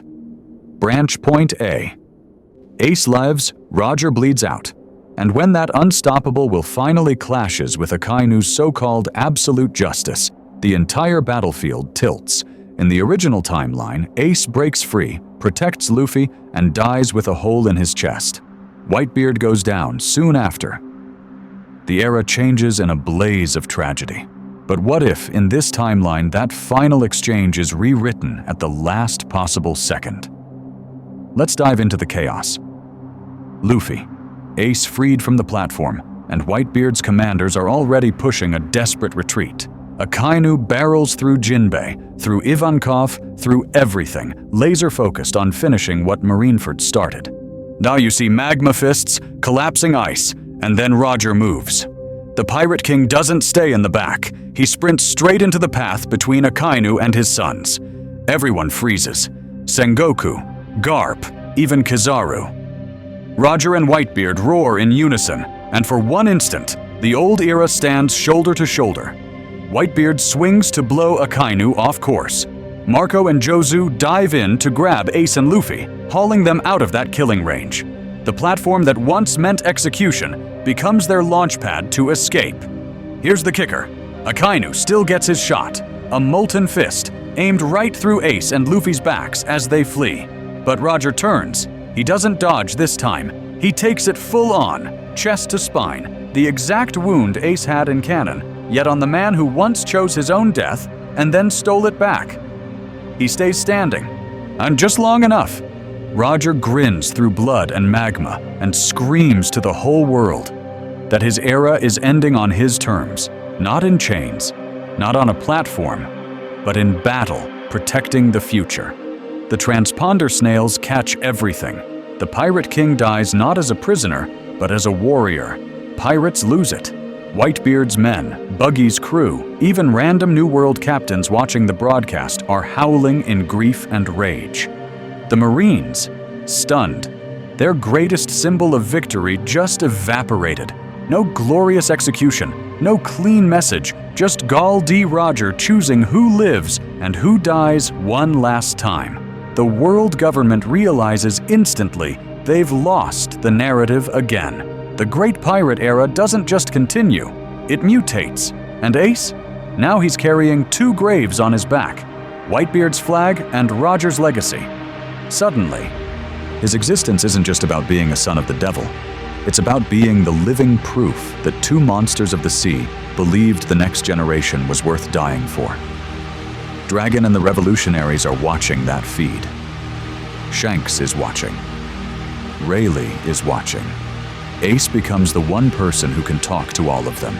Does he unite Whitebeard's remnants, Roger's scattered allies, and even revolutionary cells into a loose network around protecting Luffy and challenging the world government? That's the path this branch opens. But what if we flip it? What if Roger survives and Ace dies anyway? Or both of them walk out alive, forcing the world to deal with a future that's not just unstable, but completely ungovernable? Branch point B. Ace dies, Roger lives with the guilt. So let's flip it. You wanted the dark route? Here it is. In this timeline, Roger cheats death at Logetown. The Pirate King lives on, and Ace still walks to the scaffold at Marineford. In the original timeline, the iconic shot is Ace smiling through the blood as he thanks Luffy for loving him. Heartbreaking, but Luffy is the emotional center. In this timeline, zoom the camera out. Standing on the ruined plaza, chains shattered, coat torn, is Gol D Roger himself, watching his son's chest get punched straight through by Akainu. He's mid-dash, hand outstretched. Too far. Too late. Everyone freezes. Luffy's scream rips through the war like a cannon. But behind it, there's another sound you never heard at Marineford. The Pirate King howling his son's name. That single moment is the nightmare Roger turned himself in decades ago to avoid. He surrendered back. Then thinking his death would erase the target on his unborn child's back. But what if his survival is exactly what paints the bullseye on Ace here? Here's the kicker. Roger doesn't just grieve, he breaks. You see, this is a man who laughed in front of the gallows and smiled at Garp in the middle of death battles. For him to crack, something fundamental has to snap. And it does. Instantly. A black-red storm erupts from him. Conqueror's haki so dense that even seasoned New World pirates drop like flies. Fodder Marines, gone, half the plaza, unconscious. Even vice admirals hit one knee, veins bulging as they fight to stay awake. Shanks, already reeling from Ace's death, suddenly has to plant Griffon in the ground just to anchor himself. Whitebeard, bleeding and half destroyed. or actually staggers back a step as Roger's will slams into his. For a few terrifying seconds, everyone gets a raw, unfiltered look at what a fully unleashed Pirate King looks like when he stops holding back for the sake of the world. Lightning cracks across the sky. Ships rock. Even the Moby Dick's masts splinter from the pressure. Sakazuki feels that killing intent zero in on him, and for the first time, his expression actually changes. Let's dive into the fallout, because this is where the entire story gets twisted. Does Roger, consumed by guilt, go full vengeance demon and hunt Akainu, the Gorosei, and anyone wearing a seagull on their cap? Whitebeard and Shanks would try to pull him back, but how do you restrain the man who once ruled the seas when he decides the balance of power is a lie that cost him his son? Or does he vanish instead? A broken legend disappearing into the storm, leaving behind whispers of an unhinged conqueror roaming the world, chasing any rumor of a magma fist? Either way, the post-war world is darker. Luffy still collapses over Ace's body, but when he wakes up, he's not the only one carrying that scar. Now both Luffy and Roger are haunted by the same failure, their wills tangled around Ace's grave. And when those two get back up and start moving again, what kind of final war are they walking us toward? Branch Point C, the impossible escape. Roger and Ace both survive. But what if that grave never gets filled? What if the moment that should have broken everyone at Marineford instead becomes the spark for the most impossible escape in One Piece history? In the original timeline, Whitebeard's final quake is a farewell. A last stand. In this timeline, it's a signal. As Akainu lunges for Ace and the executioners raise their blades, Whitebeard slams his Naginata down and unleashes a quake so massive it doesn't just tilt Marineford, it splits the entire bay like a cracked plate. The platforms crumble, the scaffold shatters, and suddenly the execution stage is no longer a place of death, but a falling, chaotic bridge. You see, that's when the second hammer drops. From beyond the encircling walls, revolutionary flags rise on the horizon. Dragon's fleet, cloaked in storm clouds, surges in. Lightning spears down, masking their approach as Kuma-like cyborgs and commanders blast open a corridor through the pacifistas and battleships. The world government thinks they're here for Luffy alone, but Dragon has read the tides of history.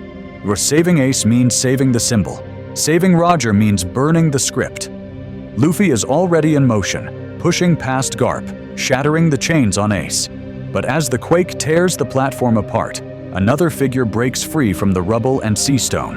Roger himself, dragged out as a secret prisoner, not a corpse. Whitebeard's quake has accidentally, or very intentionally, broken the world government's deepest cage. Now picture the climax. Shanks' ship cuts across the battlefield like a red blade.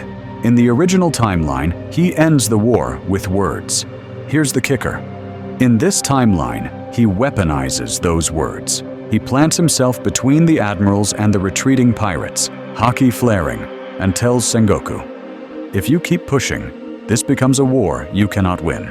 The Pirate King, his son, and Dragon's army in one place? How many gods are you willing to sacrifice? Under that pressure, with Marineford literally collapsing, the Gorosei blink.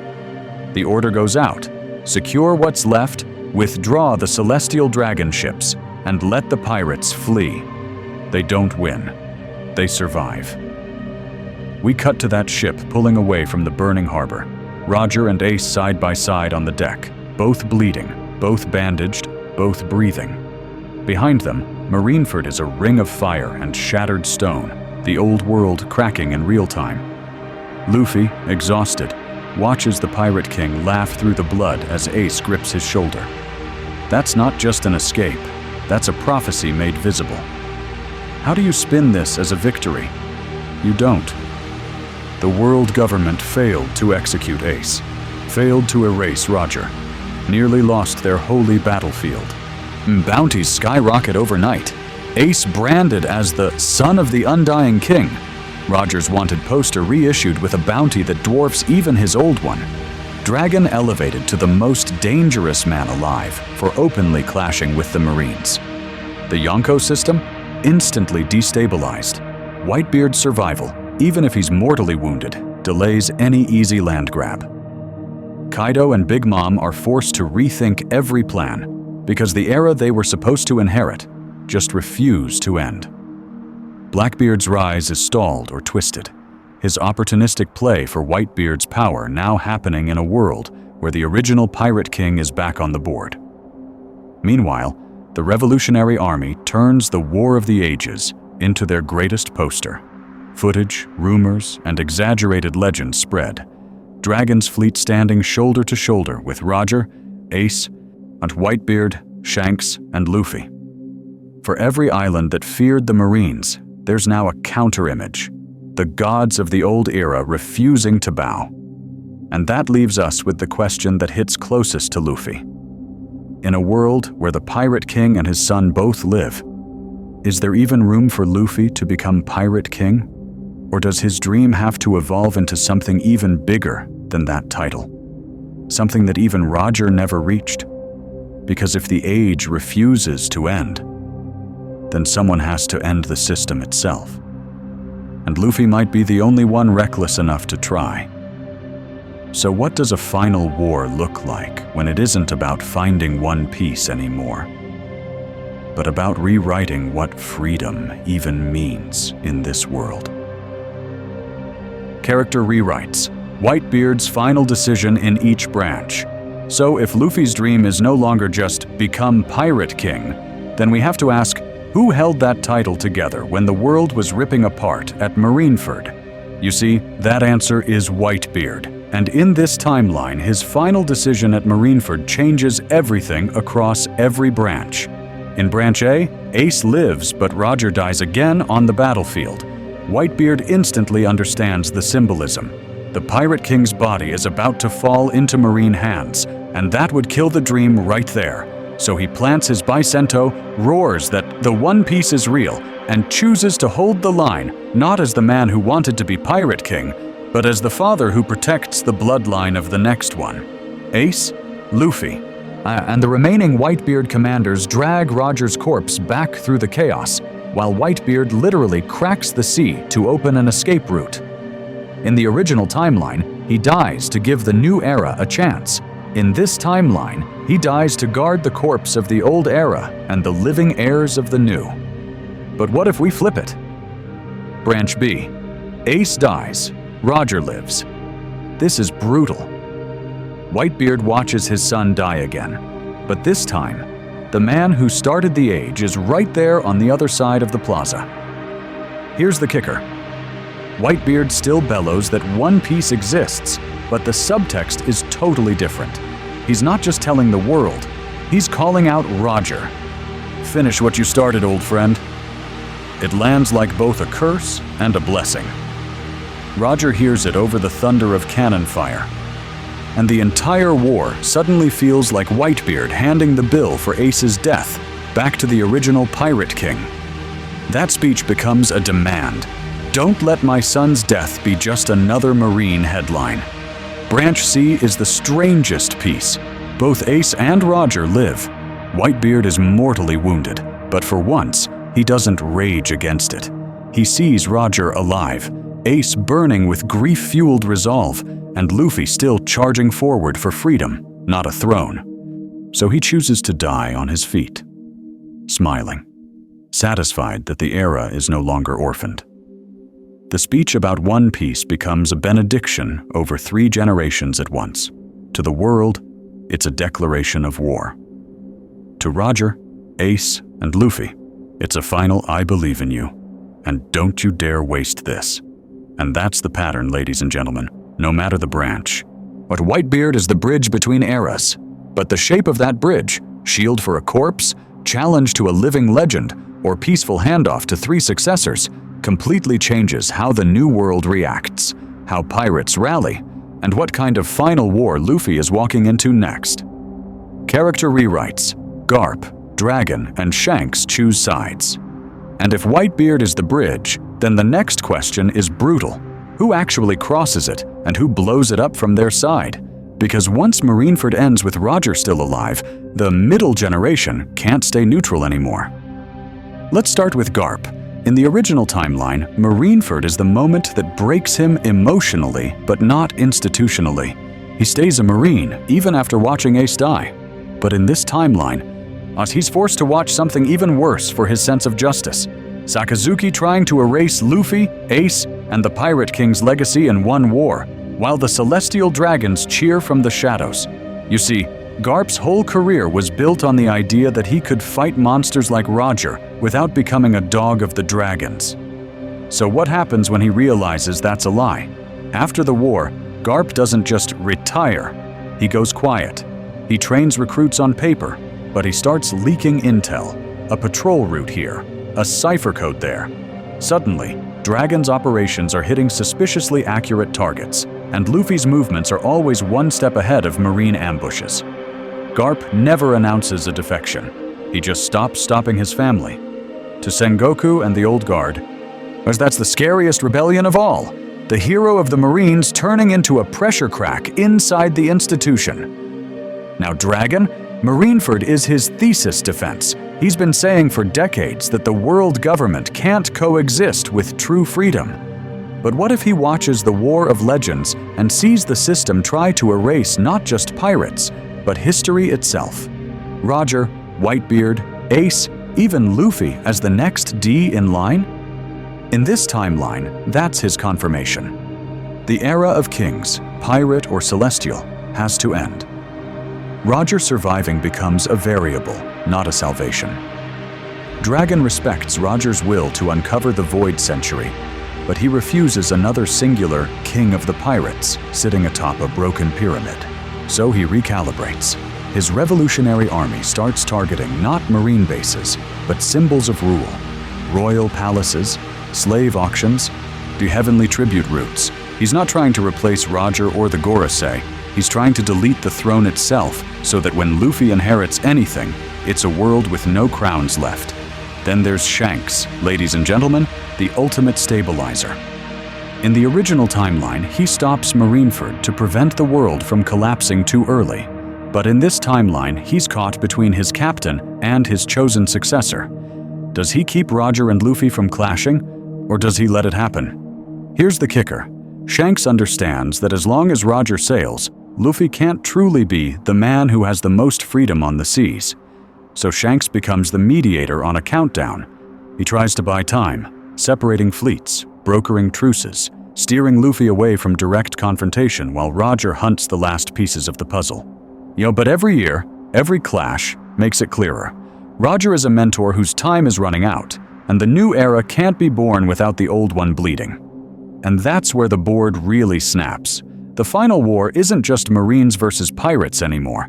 It's a three-way collision. The world government clinging to its thrones, the old pirate era rallying behind a living Roger, and the revolution Dragon started, quietly, steadily, now roaring forward through Luffy. Macro consequences. A new world that never gets to heal. What does a world like that actually look like when the dust never settles? You see, this is where the new world turns into a living storm. No calm, no post-war era, just permanent aftershock. In the original timeline, Whitebeard's death and Marineford's end gave everyone a brutal but clear reset. Our territories got claimed, Yonko borders hardened, and the average villager at least knew whose flag to pray to. But in this timeline, with Roger alive and Marineford ending in a three-way stalemate, the seas never lock into place. Islands change hands every week. 1 month they're under Whitebeard's remnants, the next they're flying Roger's old Jolly Roger. And then suddenly, a desperate Marine task force plants a justice flag just to lose it again by sunrise. Alliances? They're made and broken on a daily basis. Shanks might broker a ceasefire with the Marines on Monday, clash with Kaido on Wednesday, and then be forced to parley with Roger himself by the weekend, because some celestial dragon ordered a buster call on a key route. But the Yonko system stops being a balance and turns into musical chairs around one question. Are you with the Pirate King, against him, or trying to stand in the middle and not get erased? And here's the kicker. The world government knows it. so they double down on the only weapon they can deploy everywhere at once: propaganda.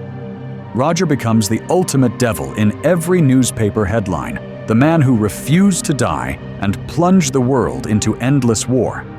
But what if the more they scream that, the more legendary he becomes?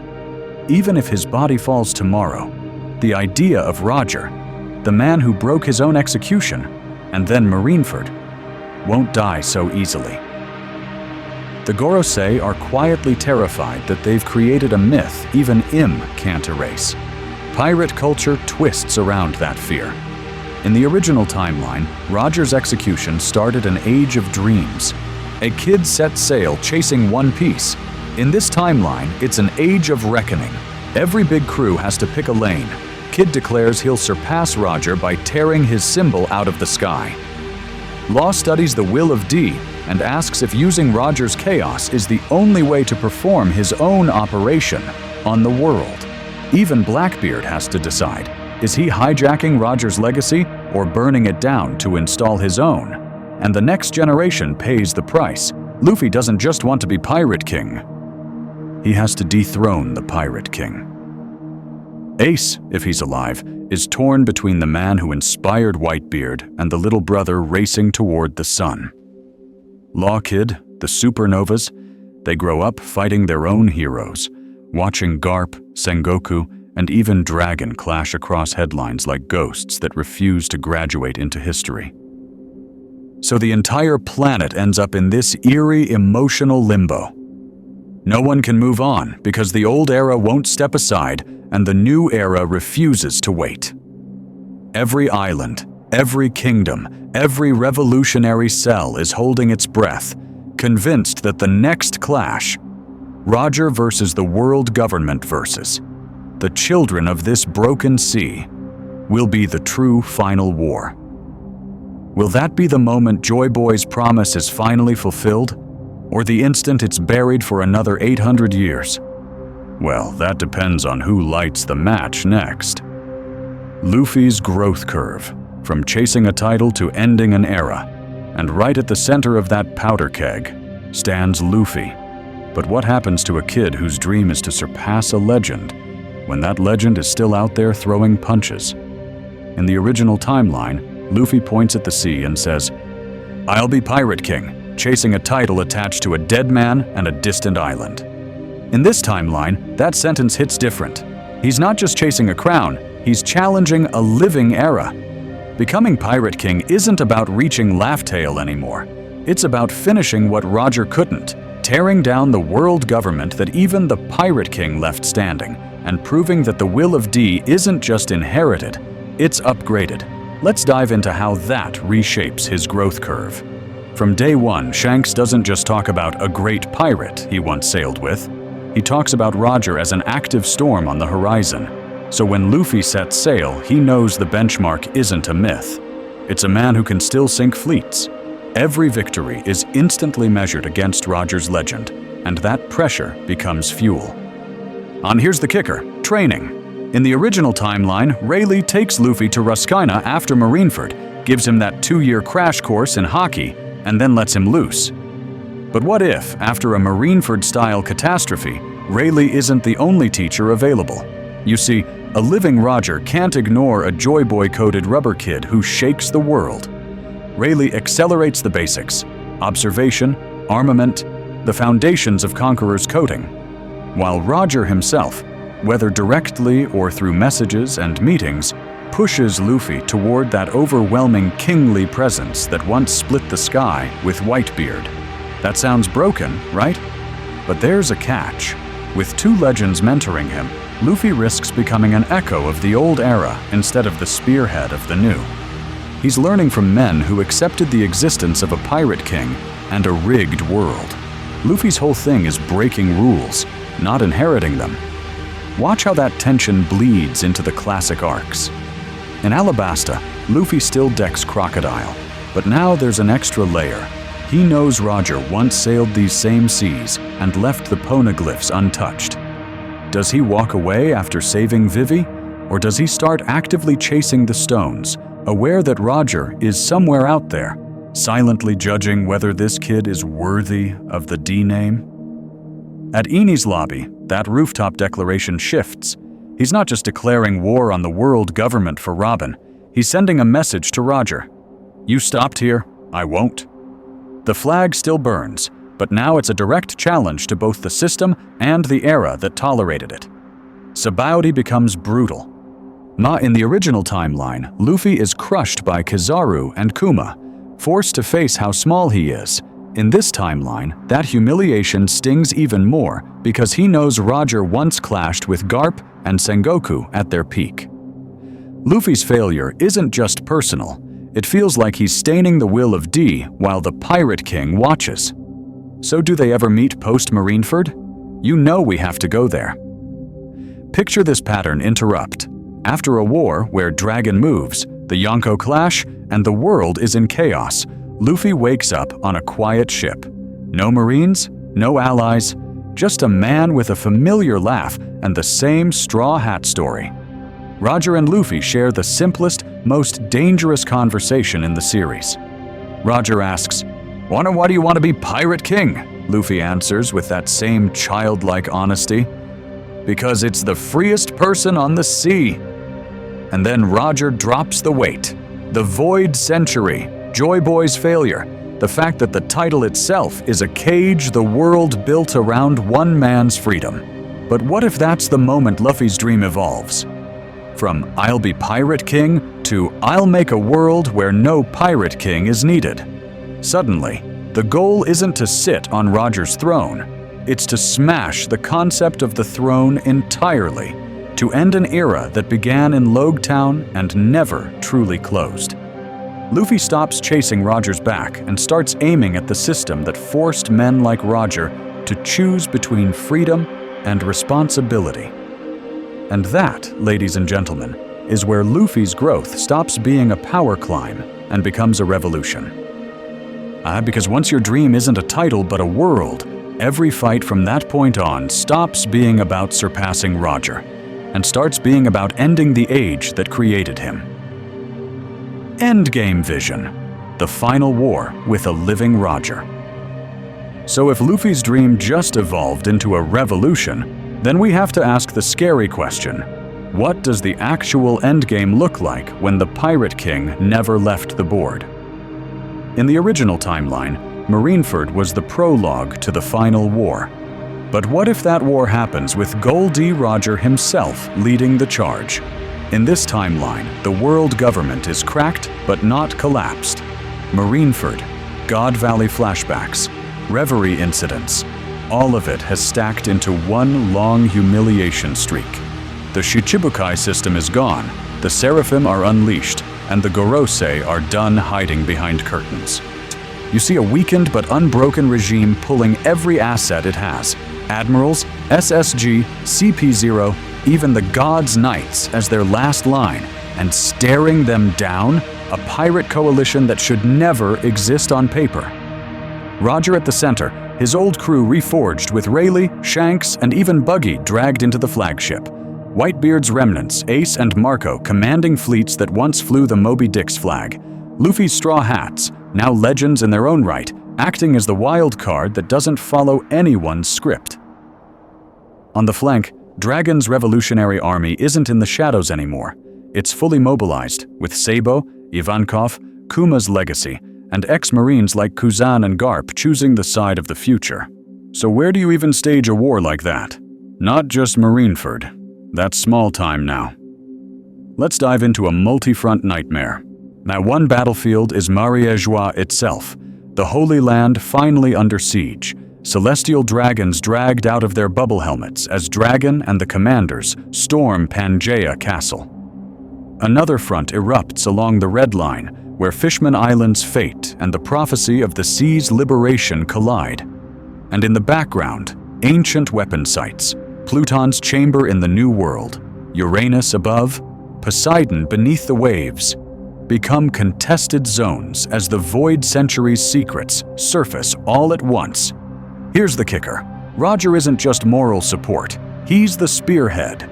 You see him clashing with admirals, splitting the sky with Whitebeard one last time to shatter Marineford's rebuilt defenses, and personally carving a path through the red line with advanced Conqueror's Haki that looks like Luffy's Gear 5 on King mode. But when it comes time to activate the ancient weapons, to decide whether the red line falls and the seas become one, Roger steps back.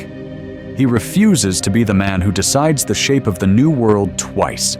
That choice belongs to Luffy, to Ace, to this generation. Joy Boy's return, the destruction of the red line, the dawn of the world. All the prophecies Whitebeard hinted at in Marineford suddenly converge here. In the original timeline, Marineford felt like the climax. In this timeline, it looks like a trailer. Every front is a callback. Luffy ringing the bell of the world again, Ace burning a sun over Mariejois, Dragon confronting the Gorosei as Imu finally moves. And when the dust settles and the red line cracks, we end on a haunting image. Roger, older, scarred, standing on a shore that didn't exist before, watching a single sun rise over a united horizon.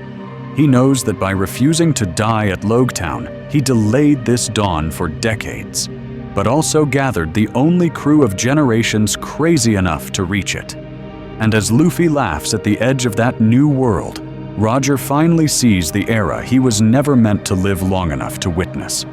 But what happens to the balance of power after a world like that is born, with no red line and no Holy Land?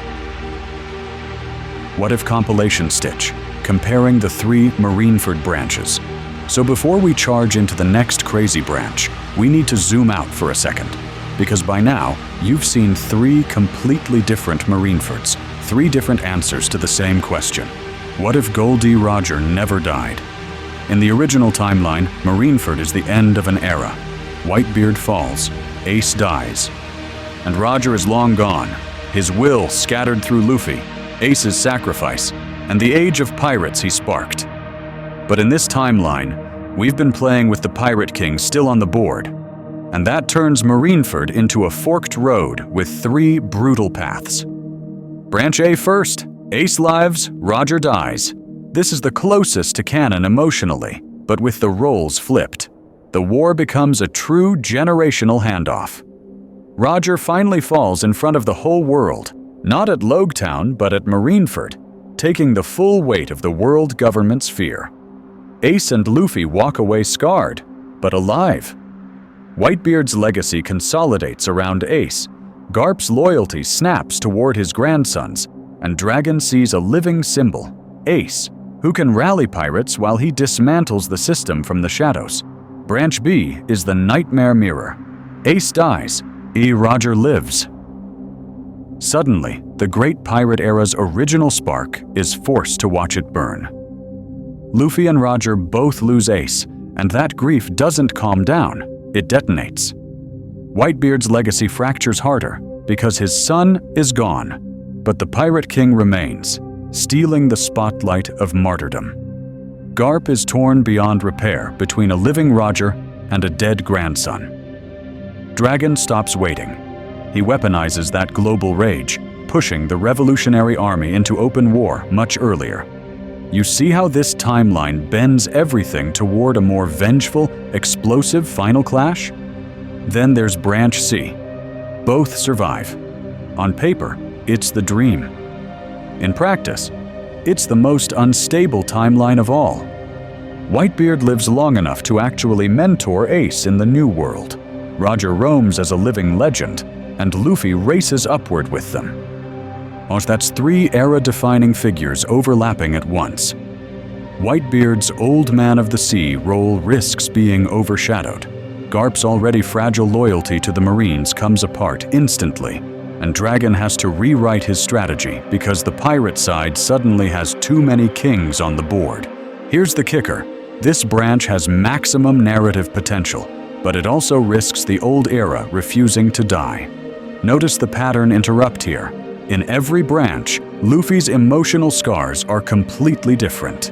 In one, he carries survivor's guilt for Roger. In another, he carries Ace's death like in canon, but with Roger still watching. In the last, He shoulders the pressure of standing beside both of them, and still needing to surpass them. Yet across all three, one truth doesn't change. The moment Roger walks away from Logetown alive, the path to the world's dawn becomes bloodier, slower, and way more complex than the clean trigger we got in canon. And next, we're going to dive even deeper into how that escalating chaos reshapes the final war itself. Pattern break. A day in the life of a world with Roger alive. So let's slam on the brakes for a second. We've been talking big picture wars and Yonko charts, but what does this Roger survives timeline feel like on the ground?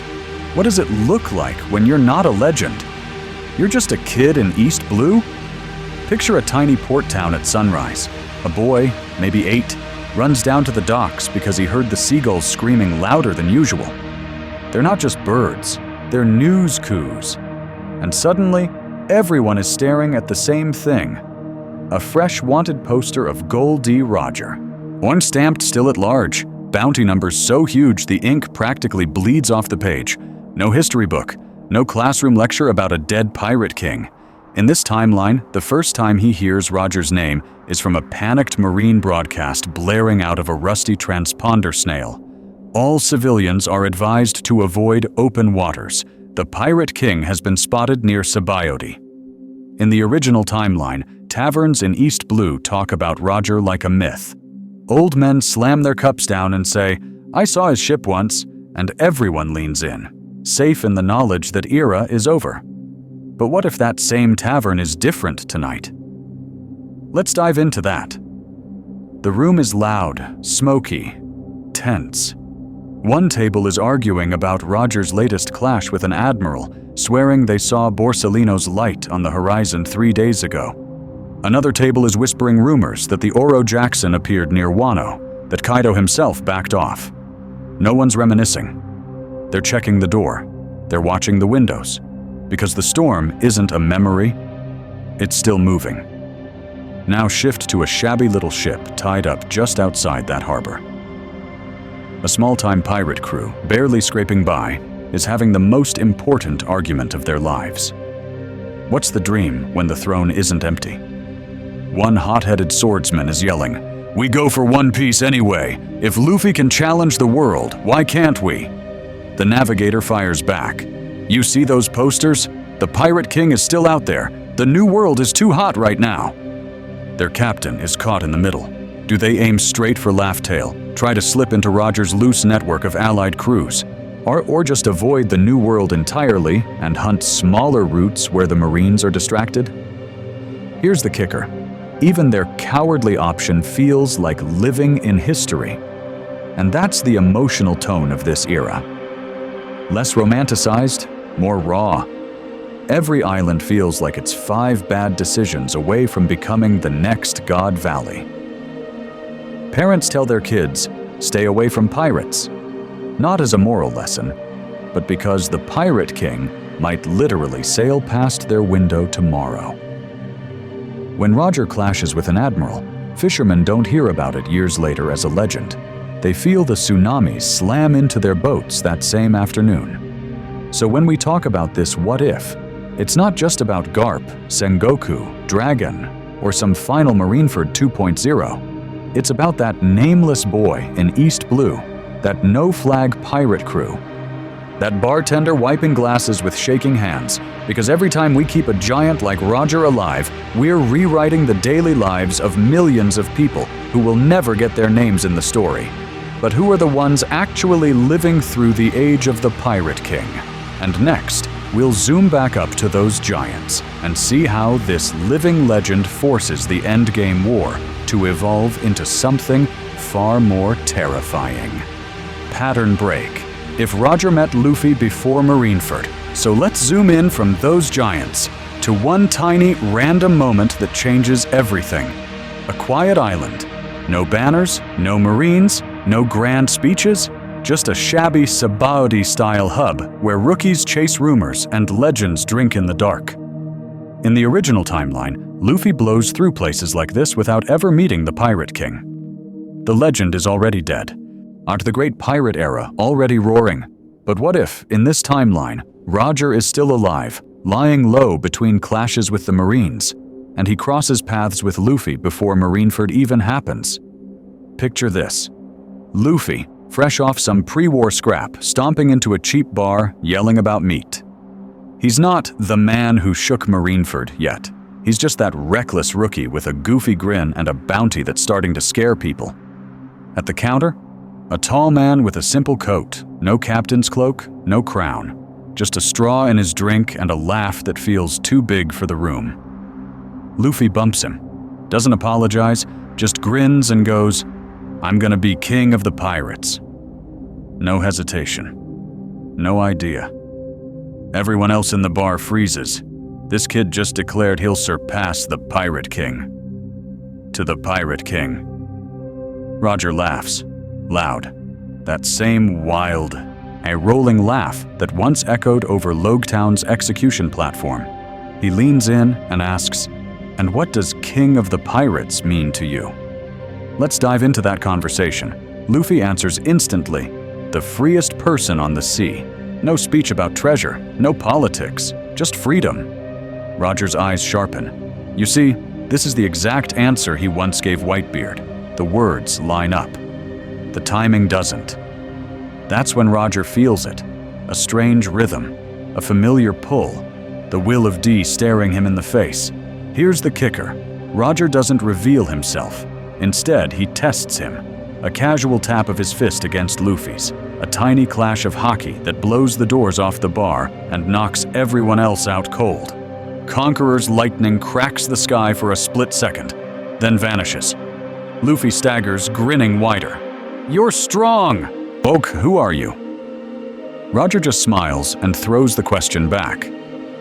"If you reach the top, will you just do whatever you want, or will you take responsibility for the world that follows?" That word, responsibility, doesn't land yet. Luffy just shouts, "I'll save my friends and I'll be free! That's enough!" Roger studies him. Joy Boy's echo, but rough around the edges. Not ready. Yet. He stands, tosses a few coins, and walks away with his coat fluttering. No name, no title, just a presence that feels like a storm passing. Luffy watches him go, confused by the weight in his chest. That guy was important, he mutters, before running off to the next adventure. And Roger? He returns to the shadows with something he hasn't felt in years. Hope that the next generation might finally be ready to finish the story he started. Or so when Marineford erupts, and Luffy crashes the war only to see that same man step onto the battlefield as the living Pirate King. Every choice they make suddenly carries that quiet bar, that unanswered question, and one brutal new possibility. What happens when the kid who shouted about freedom is forced to answer Roger's question in front of the whole world? Viewer challenge. Which Roger Lives timeline feels right? So now it's your turn to answer that question. We've thrown you into a world where Roger survives his execution. The Great Pirate Era never starts the way it did. And Marineford doesn't just become a rescue mission for Ace. It mutates into a war of legends. In the original timeline, Roger's last words lit the match and then vanished. But in this timeline, the man who lit the fuse is still on the board, and still swinging, still forcing everyone to react. Let's lock in the 3 big Marineford branches you've seen so far, because each one feels like a completely different One Piece. First, the tragic Torch Pass. Roger walks into Marineford, stands beside Whitebeard, and still dies in the chaos so that Luffy, Ace, and the next generation can live. It's bloody, it's heartbreaking, but it keeps that classic rhythm. The old era sacrifices itself so the new era can rise. It's the closest to the story you know, just dialed up to 11. Second, the vengeful survivor. Akainu lives, Sakazuki escapes with scars, and Roger survives Marineford with the world's blood on his hands. Now the Pirate King becomes a living storm hanging over the government, and Marineford is remembered as the day justice failed. This is a darker, colder One Piece, and where Luffy and Ace have to chase their dreams in a world that's terrified of Roger coming back for round 2. Third, the chaotic multi-king era. Whitebeard survives. Roger survives. The war ends in a stalemate that shatters Marineford, and suddenly you don't have one pirate king. You have multiple kings carving up the seas. Yonko? Warlords? That balance is gone. You see emperors of the old era refusing to step aside while Luffy and the worst generation try to crash the party anyway. So here's the kicker. Which of these Roger Lives timelines feels the most true to One Piece? Which one hits those themes of inherited will, freedom, and sacrifice the hardest for you? Are you Team Tragic Torch Pass, Team Vengeful Survivor, or Team Multi-King Chaos? And why? Drop your pick in the comments, but don't stop there. Build it out. Now, if you were Oda in this timeline, how does Roger escape Logetown? Does Rayleigh cut the platform in half? Does Dragon blow away the execution with a storm? Do you want a scene where Shanks and Roger clash with Garp and Sengoku on the ruined plaza of Marineford while Luffy drags Ace to safety? Who dies instead?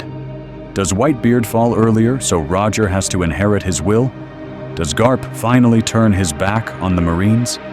Does Luffy awaken Gear 5 right in front of Roger, and the drums of liberation drown out the execution bells? But what if your version is so good it becomes its own video? Because the best ideas, the most upvoted comments, and the wildest yet still One Piece feeling Roger scenes might get featured in a future breakdown. We want this to become a living, evolving community timeline that we build together. So choose your branch, write your scene, and get ready. Because the next section is going to push one of these worlds all the way toward the final war. Meta-reflection. Why Oda needed Roger to die. But here's where we hit the brakes for a second, because to really feel how wild this Roger Lives timeline is, you have to ask, why did Oda make sure Roger died in the first place? Why was that execution non-negotiable in the original timeline? In canon, Roger's death is a guillotine on an era, clean, final. The moment his head falls, the Age of Rocks, of God Valley, of Roger versus Whitebeard is sealed away, and the camera hard cuts to the kids who grew up in the shadow of that legend. You see how that works? Without that clean break, the story never fully hands the wheel to Luffy, Ace, Shanks, and the worst generation. But the old king would still be on the board, and every decision, every clash, would be measured against what Gol D Roger is doing this week. And here's the kicker. Roger's greatest power isn't his sword, his haki, or even the One Piece. It's martyrdom. That execution speech doesn't just reveal a treasure. It kills the man and births the myth. In one sentence, he stops being a guy with an illness and becomes an idea that anyone can chase. The Great Pirate Era isn't about one captain's will anymore. It's about millions of nobodies screaming, "If he did it, why can't I?" That's why a kid in Fuchsia Village can point at the sea and say he'll be Pirate King without sounding insane. Contrast that with the chaos we've built. In this timeline, the Pirate King walks off the scaffold and never stops casting a shadow. The seas are richer, but more complex, way more dangerous. But they're also heavier. History doesn't close. It just keeps leaking into the present. Whitebeard isn't the strongest man alive. He's the other guy. Shanks isn't just a wandering mentor. He's permanently Roger's apprentice. Luffy's dream isn't a blank horizon. It's climbing a mountain that's still moving. Pattern interrupt. What if that actually made the story worse for us as readers? Oda's secret weapon has always been absence. Joy Boy is gone. The Void Century is erased. Roger is dead. Those empty spaces are where your theories live, where your hopes plug into the narrative. In the original timeline, we meet Rayleigh. We see Shanks cry for Roger. We hear Garp talk about that man. And our brains go into overdrive, filling in the blanks. A living Roger closes doors. He answers questions too fast. Now he turns mystery into exposition. So while this what if is thrilling, while it gives us Marineford-scale wars with Roger, Dragon, and Akainu on the same battlefield, it also shows why Oda swung the blade. Roger had to die so that the era could belong to the kids who inherited that fire. He had to vanish so that when Luffy stands on that final island, it isn't Roger's story part 2. It's Luffy's, completely. And now that we understand why canon needed that death, let's dive into what happens when the world government realizes they failed to erase him. And the endgame finally explodes. Final montage. 3 worlds where the Pirate King walked away. The world government failed to erase him. And now we zoom out. 3 worlds. 3 answers to the question, what if Gol D Roger never died? Quick cuts. You see the scaffold at Logtown, blades frozen mid-swing as a conqueror's hockey shockwave explodes outward and Roger walks through the smoke, chains snapping like threads. Smash cut to a darker new world, seas boiling, islands burning under Yonko flags that never had time to stabilize, because the Pirate King kept sailing. Then Marineford's Bay, not as we remember, but lit up by the clash of 2 eras, Roger's gold and Luffy's straw. In Branch A, we linger. The camera drifts through a quiet graveyard on some nameless island. 2 figures stand at a stone marked with a name the world still fears. Ace, hat tipped low. Roger, older, shoulders heavier, the Pirate King kneeling in front of his own grave. In the original timeline, Ace kneels there alone. But in this timeline, father and son share that silence. Hands clenched. I'm promising to carry a will the world tried to bury. You can almost hear the crowd at Marineford that never happened, the era that never quite exploded. Hard cut.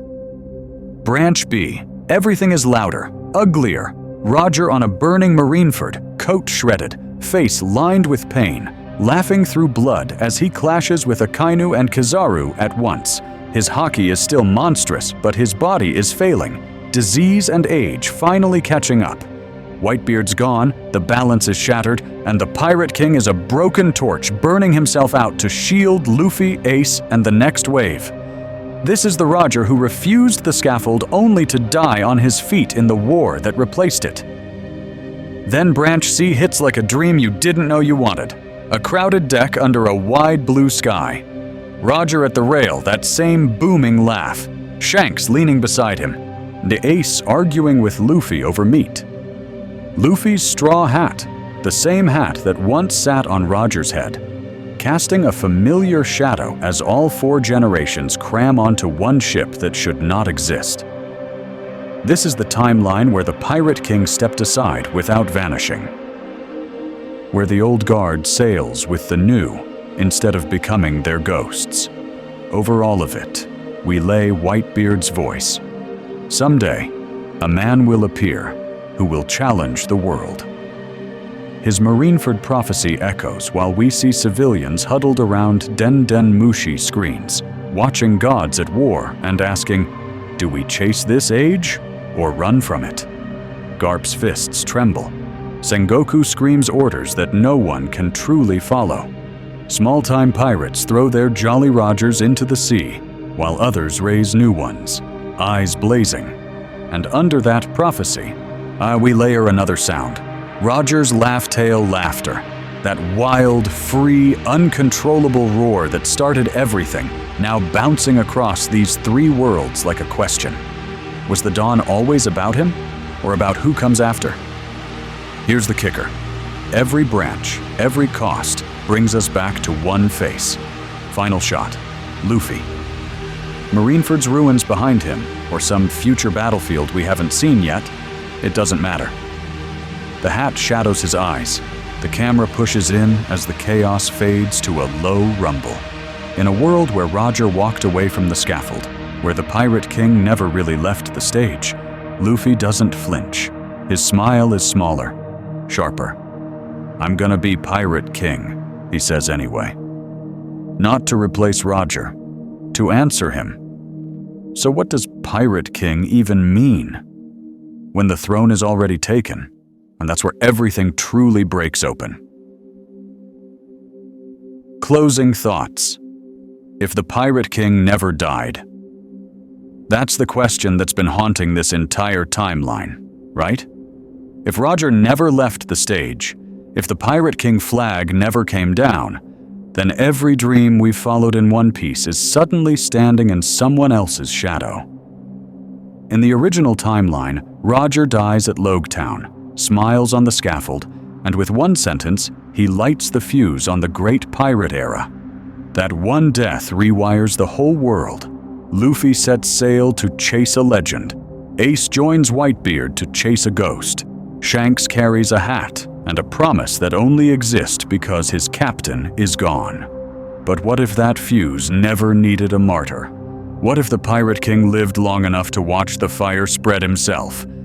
You see, the emotional core of this what if isn't just Roger survives, hype unlocked. It's looking at how one missing funeral changes every rivalry, every alliance, every war. Whitebeard isn't the man closest to the throne anymore. He's the man staring across the sea at the throne's actual owner. Dragon isn't rebelling against a system that killed his father's friend. He's scheming in a world where that friend is still shaking the heavens. Even Marineford stops being the echo of Roger's death and starts feeling like the world's desperate attempt to finish a job they failed at Logetown. But here's the kicker. The point of a what if like this isn't to fix the story or say, see, it would have been better if Roger lived. One Piece already hits because of how it is. We're stress testing its themes. Freedom, sacrifice, inherited will. And we're asking, does Luffy's freedom feel different when the Pirate King is watching? Does Ace's struggle change when he's not just Roger's son, but Roger's living, breathing legacy? Does inherited will still land when the person who started it all is right there to pass it on himself? And the bittersweet truth, ladies and gentlemen, is that as insane as a living Roger is, his absence is exactly what makes the original timeline hurt, in the best way. Luffy standing in that empty space and yelling, "I'm gonna be Pirate King," hits because no one is there to answer. Ace's entire life, from Grey Terminal to Marineford, is a fight with the shadow of a man who's already gone. That's why Marineford's tragedy slices so deep. It's the world paying the bill for a smile on a scaffold decades earlier. So when we play with this timeline, well, we're not replacing that feeling. We're holding it up to the light from a different angle.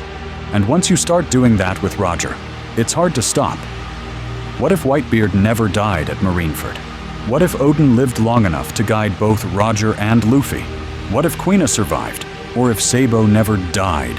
Or if that promise at the pier in Fuchsia Village was broken instead of kept? Let's dive into those lenses beyond this video. Take this idea, one death removed, one promise changed, and run it through every moment that wrecked you in this story. Because in this timeline, the video ends, but the alternate saga doesn't. It keeps evolving with you.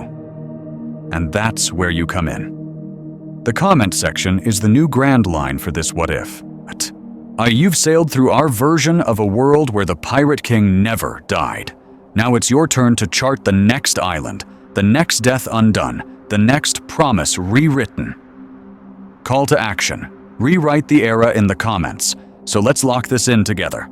If you could take one event from this entire Roger Lives timeline and engrave it into the story forever, which one are you choosing?